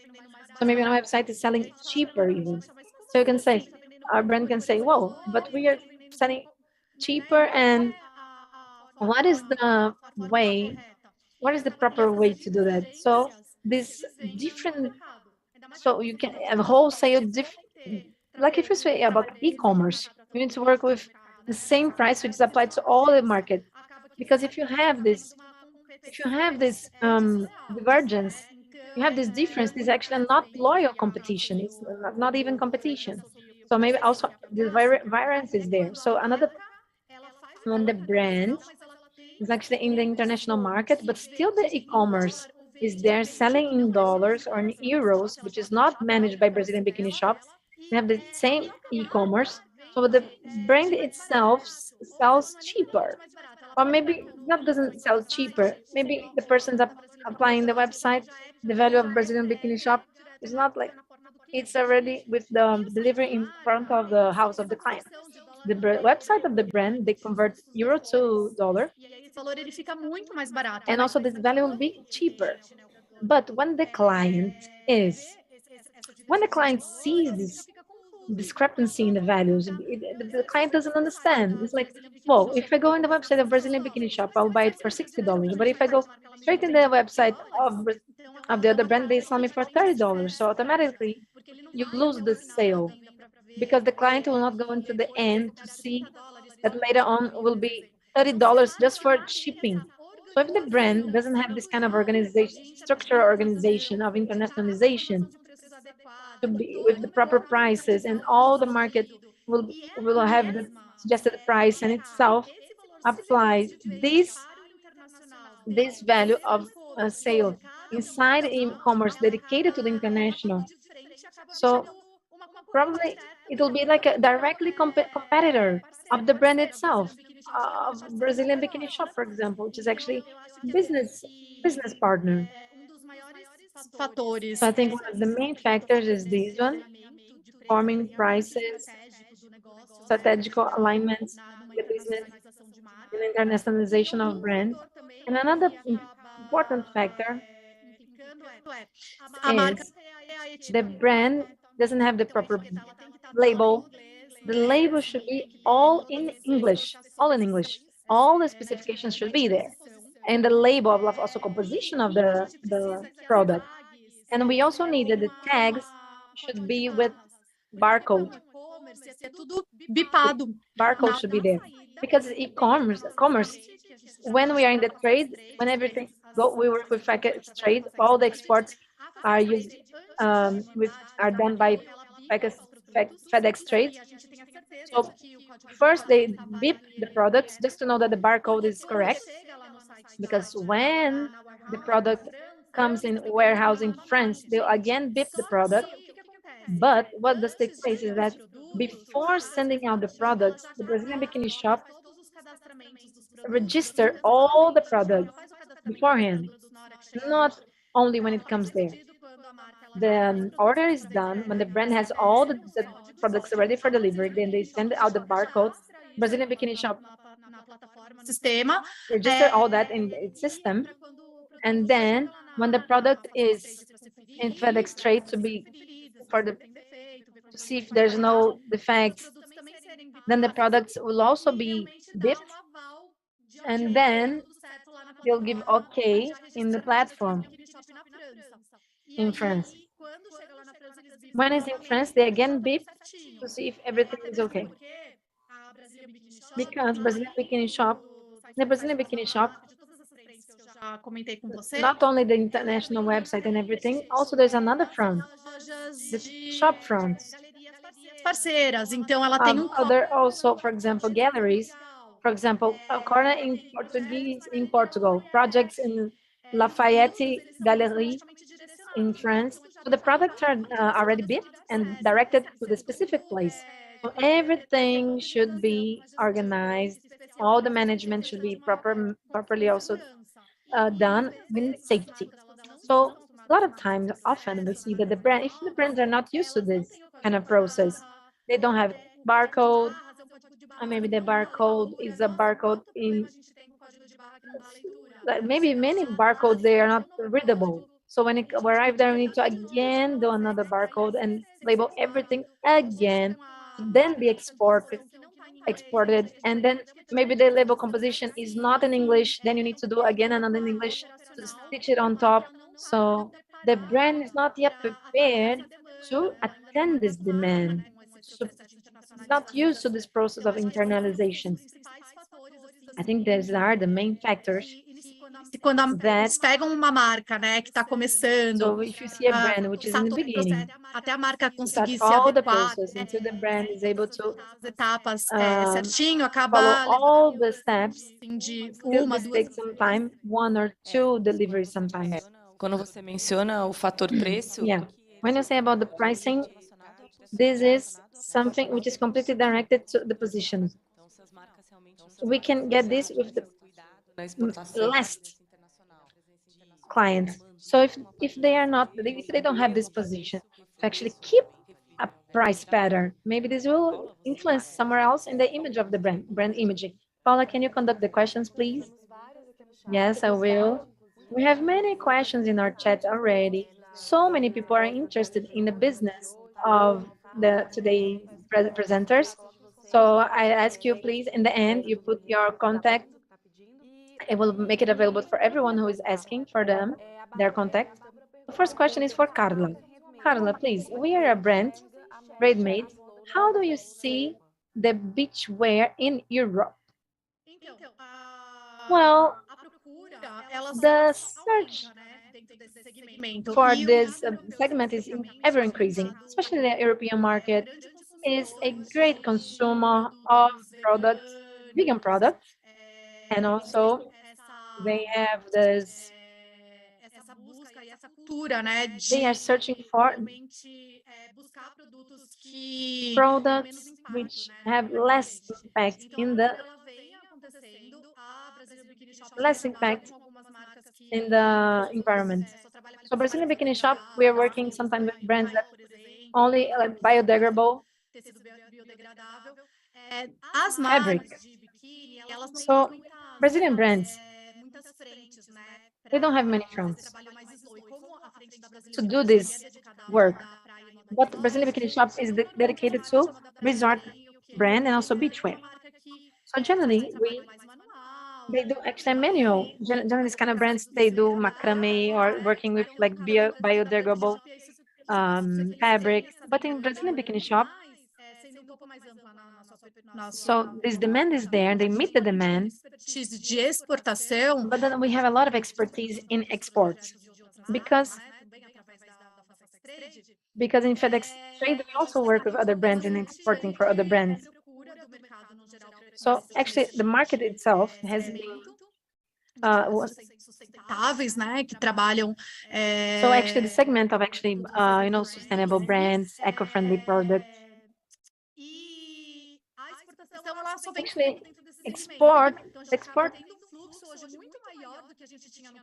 export has been only growing.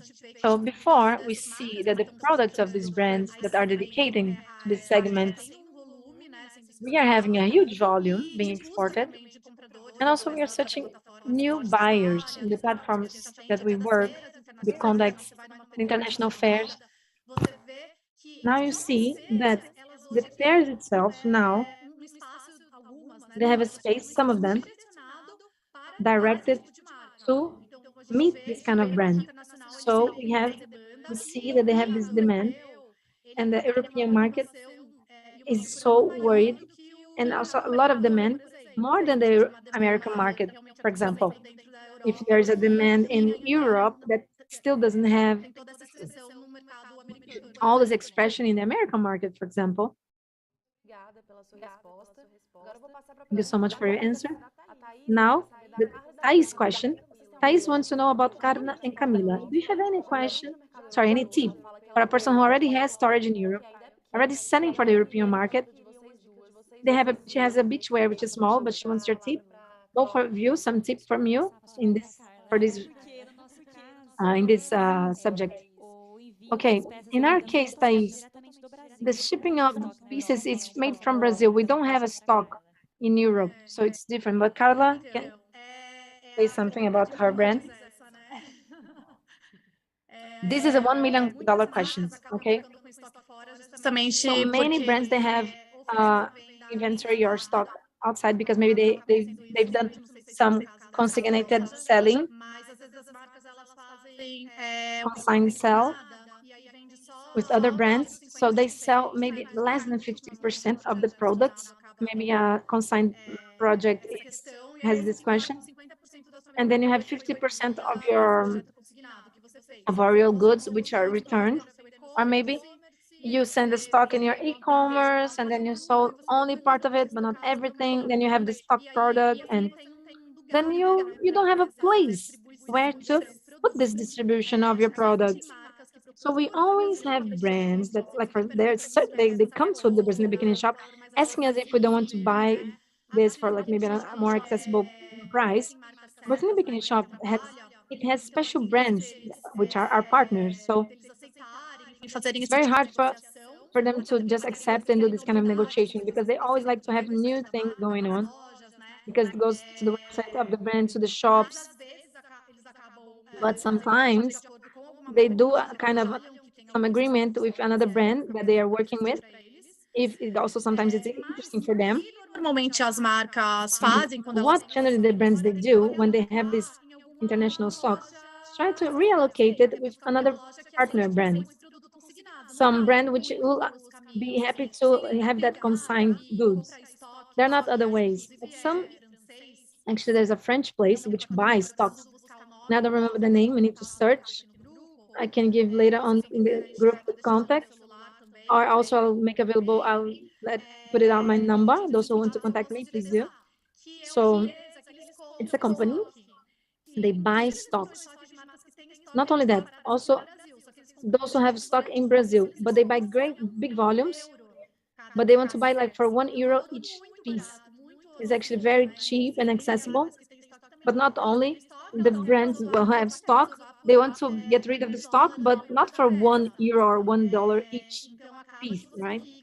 So it turns out that you have the product there in the stock, and unless you're able to get a selling place where you can keep that consigned product, like accept to have that consigned products to sell, and then monthly you can wrap it up.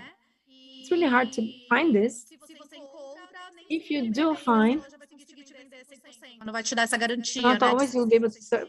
So realmente é grande so problema. this is a big problem, which doesn't have many solutions. So to bring it back to Brazil, you also are not able to, because you need to do import, to import. To import nowadays is so expensive, and the value that you use is actually not worth it. Then you have this product there, stock in Europe, so it's really a big issue without not so many options to solve it. Because that's why when I said consign, sell in international, oh, I'll make an international website, can I sell this stock, can I use your warehouse to keep my product stock? I never recommend it, never, ever. We always say, look, are you really sure you want to do that? Because later on, you're going to have this kind of problems. Thank you so much, Carla. Thank you so much. I'd like to thank actually all of you who are participating. Carolina, Carneirinha, Carla, Madalena, which is also remote with us. I'd like also to ask Madalena for you to speak a little bit more about the services. How Apex Brazil in Brussels has been able to support via e-commerce. If you can bid us goodbye, but telling also about the opportunities of your office, we can actually closure this panel. Thank you so much for all those who are took part here today. O escritório fazer esse tipo de atendimentos, no fundo faz uns Thank you so much. Yes, actually, in the last 4 or 5 years, we are trying to keep up the e-commerce, especially in the European market. Mercados que podem gerar mais oportunidades sobre. This can also generate more information.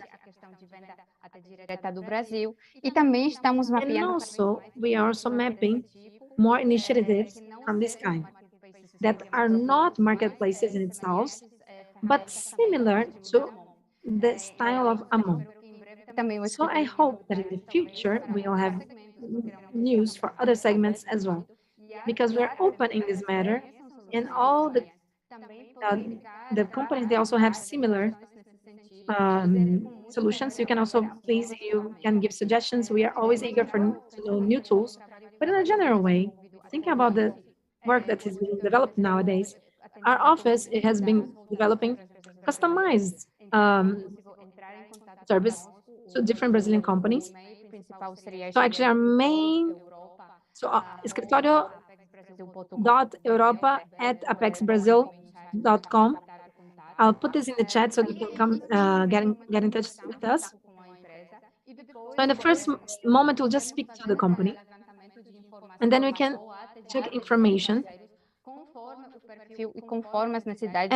Depending on the profile and the needs also of the company. Maybe the service will be more towards e-commerce, or maybe not so much. Many companies, they're still searching for distributors and other kind of partners for the physical distribution of goods, of their goods. And on the other hand, we have also been developing different projects, which allows companies to also use these tools. So this project actually will have one more edition in 2023. So normally, when we have new projects, there's a big campaign with ApexBrasil, and also together with other companies. When we have another project in other segments, surely we'll be able to speak with the companies that will actually have gotten in touch with our office.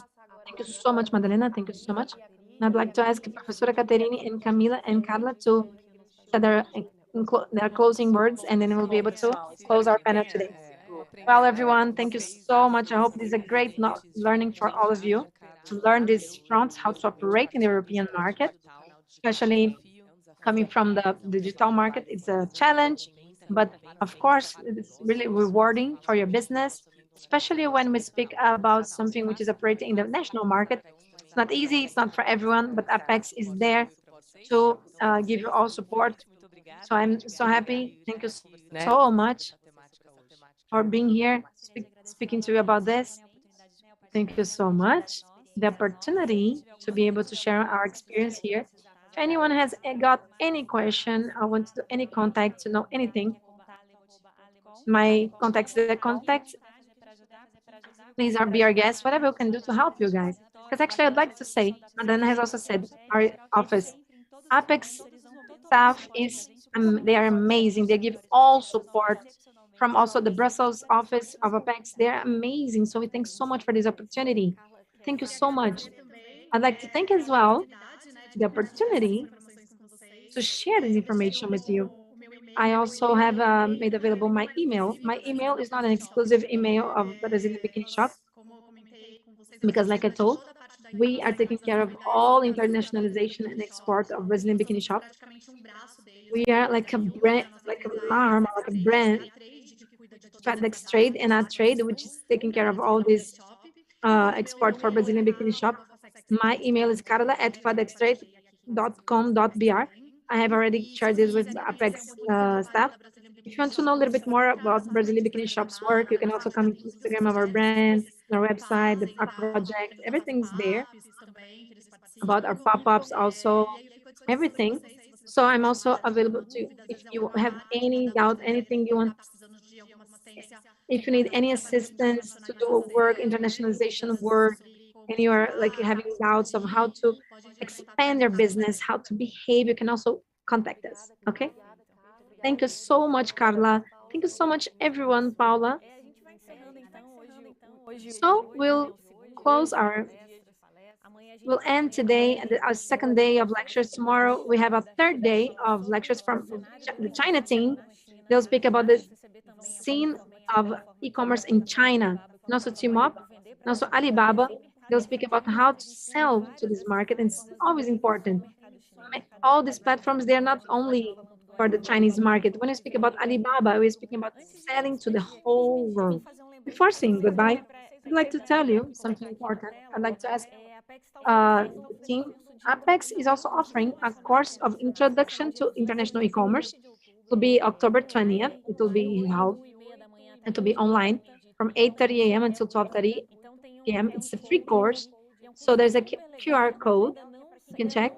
It's an amazing course for those who haven't even given the first step yet in the international e-commerce. So they'll speak about prices, everything. How can you do your own website strategy, marketplace strategy, all the important things for you export your goods. It's a very important course for those who are still starting the international e-commerce. Still, the QR code is there. If I could ask, if you could just put in the screen only the QR code, please make it bigger so that everyone can access it.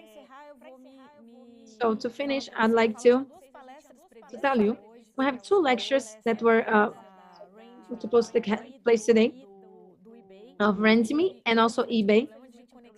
But unfortunately, we had a connection problem with them. Both of them are abroad, but we'll reschedule these lectures.